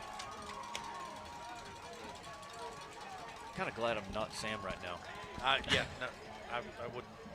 Thank you for that. Thank you for that. Godspeed, brother. He's kind of walking away from you. Yeah, that's a deliberate. Not now. I'm going to allow him his space. Give him some space. Let's take a break.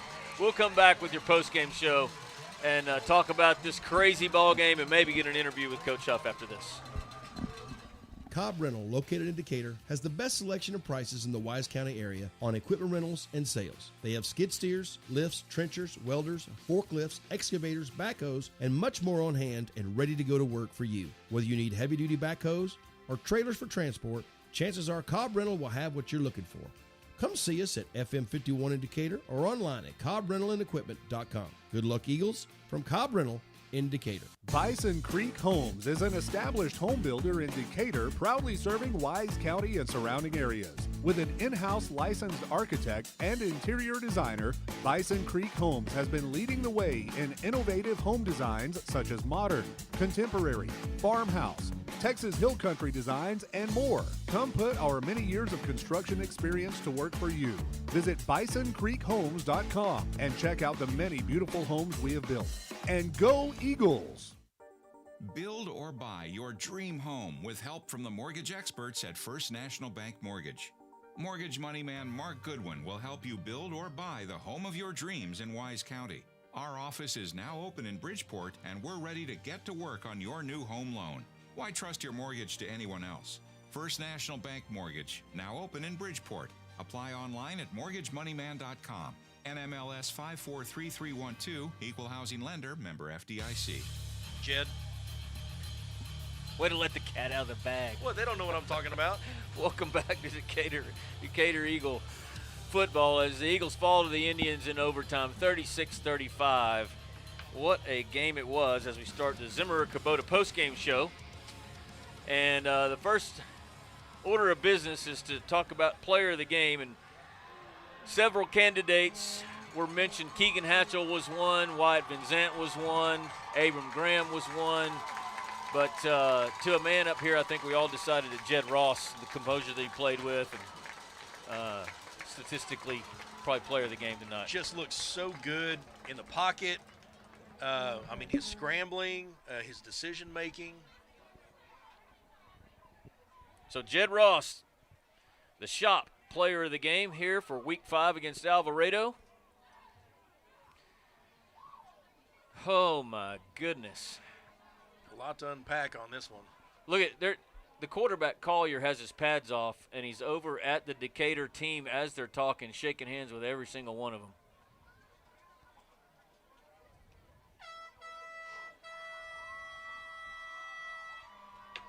That's pretty impressive. It is. Especially considering how this game went. And I never saw him even get close to a penalty all night long. No, he was another one that just poise and composure. Yeah, he played a heck of a ball game. Buddy, you want to borrow my headset and y'all can go over some stats on the post-game show here? Let me get out of your way.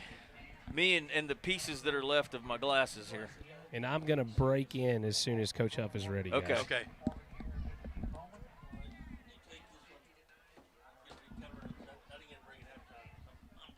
Got it. All right, buddy, it's you and I. Sounds interesting. Just a absolutely chaotic, crazy game. Calf cramp. Buddy's got a calf cramp, everybody. Oh. I had to climb that ladder. That was crazy.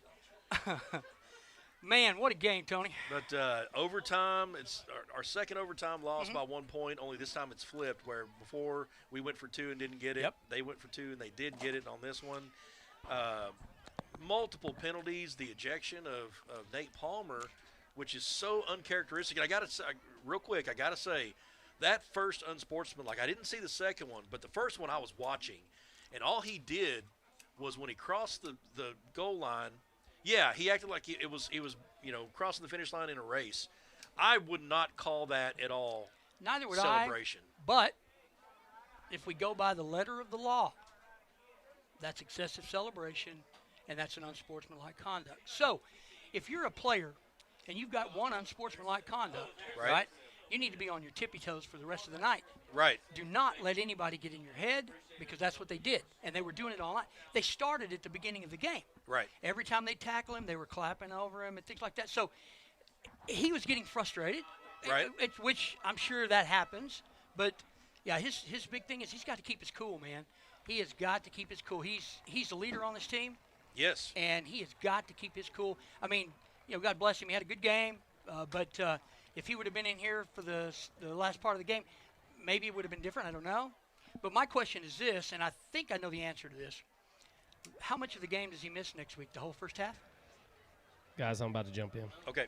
I think that. I mean, I think that's the way it's read. I don't know. We'll have to research it. What do you got, Pat? It's not. No, it's Sam. Oh, Sam. Go ahead, Sam. It'll be about right after we're done. Okay, I mean, you just break in. We'll Break keep in when talking. you're ready. Yes, sir. It's going to depend on the conversation between Nate and Coach Huff and what they're, obviously Coach Huff always has a very high expectation of his players. Well, what I'm talking about is the fact that, and I'm not sure high school plays this way or not, but if you get thrown out for an unsportsmanlike conduct, if we get thrown out for an unsportsmanlike conduct penalty in a game like that, you miss the same amount of time that you miss at the end of this game. So if he missed the halfway through the third quarter on, then he can't play until halfway through the second quarter. So I'm not sure that's the way it plays in high school. I could be wrong. I could be right. I don't know. I'd have to check it. In my Coach rules, Huff, your quick diagnosis. Penalties killed us. Penalties killed us again. And some, a little bit of the unsportsmanlikes. We're down here. I think it's going to be 3rd and 20 in the fourth quarter. We're going to get the ball back and end up giving up the 15-yard unsportsmanlike dead ball penalty. So it's a 10-yard holding on them and first down for the 15 yards we get back. So we did a bunch tonight, though. We had situations. We got moving the ball well at times, and then we turn around and have a penalty. And but that stuff is it's aggravating. But we're going through some growing pains. We know it. We're playing good people, and it can only make us better. So looking down the road, we can only get better from this. But it's going to sting. Thank you very much, Coach. All right, guys. Thanks, man. Yes, sir. Okay. Penalties over 200 yards. Just us? No, that's for both teams together. Combined. Okay. They had 120, 122, 124, something like that, and we had the remainder. So penalties were killed, like Coach Huff just said. You cannot play a good team, spot them 21 points, and then come back and have all these unsportsmanlike conduct calls. Yep. It's going to come back to haunt you. And it did. Once again, our guys played their hearts out, just like they always do. But you've got to maintain your composure during situations like this. And if you don't, you can pay a serious price. So, we lost to a good team. They were good. Yeah. They weren't. This game was not the best we've played. Okay? Oh, no, by far. I would say defensively, other than giving up big plays, we did really well. I mean, I think Lee was an unexpected curveball. Mm-hmm, he was. And in fact, at halftime, I was talking to Wyatt Vince Ant's dad, and I'm like, "Did you see him get popped?" And he goes, "I missed it." Oh, he got I said, popped. "Wyatt was not ready for that." I said, he wasn't. "The next play, he came back and he was like, oh, that's what's going to happen." Yep, that's it. And they hit. I think he might have got 2 yards out of that one, lead it. But I tell you what, man. That was interesting to see. He was a bowling ball. Exactly. He was. And everybody. Okay, here's the thing. Down there for the extra point, at the end of overtime, right? Everybody in the field knew number 7 was getting the ball. We talked about it upstairs, and I got to give him props. My grandson said it's going to be a pass to the corner, pop. It's wide open, and sure it was. Wow. What I said was, we were talking about, do you give it to Lee or not? And I said, do you give it to him or do you use him as a decoy? And they used him as a decoy. They used him as a decoy. Very well. Because as soon as he broke the line, the entire defense shifted. He was wide. They could have flipped the ball up in the air and caught it as a punt. There's no way he's going to miss that ball. Nope, no way possible. Nope. Yeah. So it's we were expecting Lee, but Well, and that is another good lesson. Yes, it is.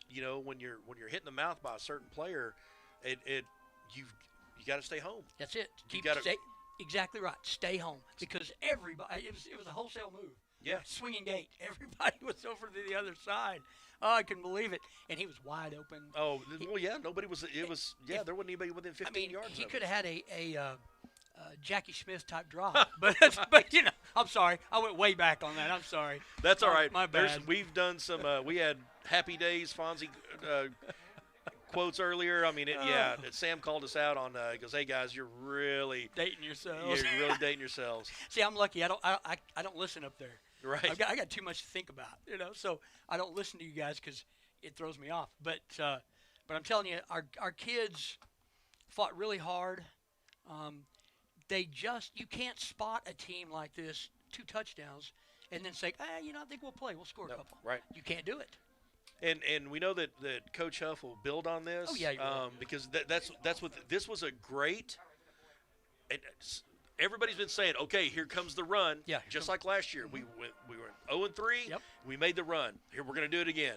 This was a great little kick in the teeth. Yes. To say, guys, take a step back and let's focus. I have a lot of people that I am acquainted with who are football knowledgeable, and we discussed it this week at great lengths that this would be the team that would keep us from making an 11-game run. This team right here, because we didn't know what we needed to know about them. Right. Every time we played them, it's always been just smash mouth football. Well, we can stop that after a while. But they came out throwing. And, I bet they had I looked it up a minute ago. They had over 225 yards in passing. Okay, so it wasn't the game we thought we were going to see. Right. But it was a great game for excitement. I wish the outcome could have been better. The nice thing about it is it's not 2 o'clock in the morning. Exactly. That's what's nice about this overtime. Exactly. But 10:18 is late enough. Late enough for me. And Charlie, 10 is the new midnight, isn't it? Who do we have next week? Wichita Falls, Hershey. Hershey at home next week. Ladies and gentlemen, thank you all for tuning in. Pat, do you have anything? Let's get on 35 and head north. Copy that. All right. As always, thank you for listening, everybody. Eagle Fight never dies. Good night, folks.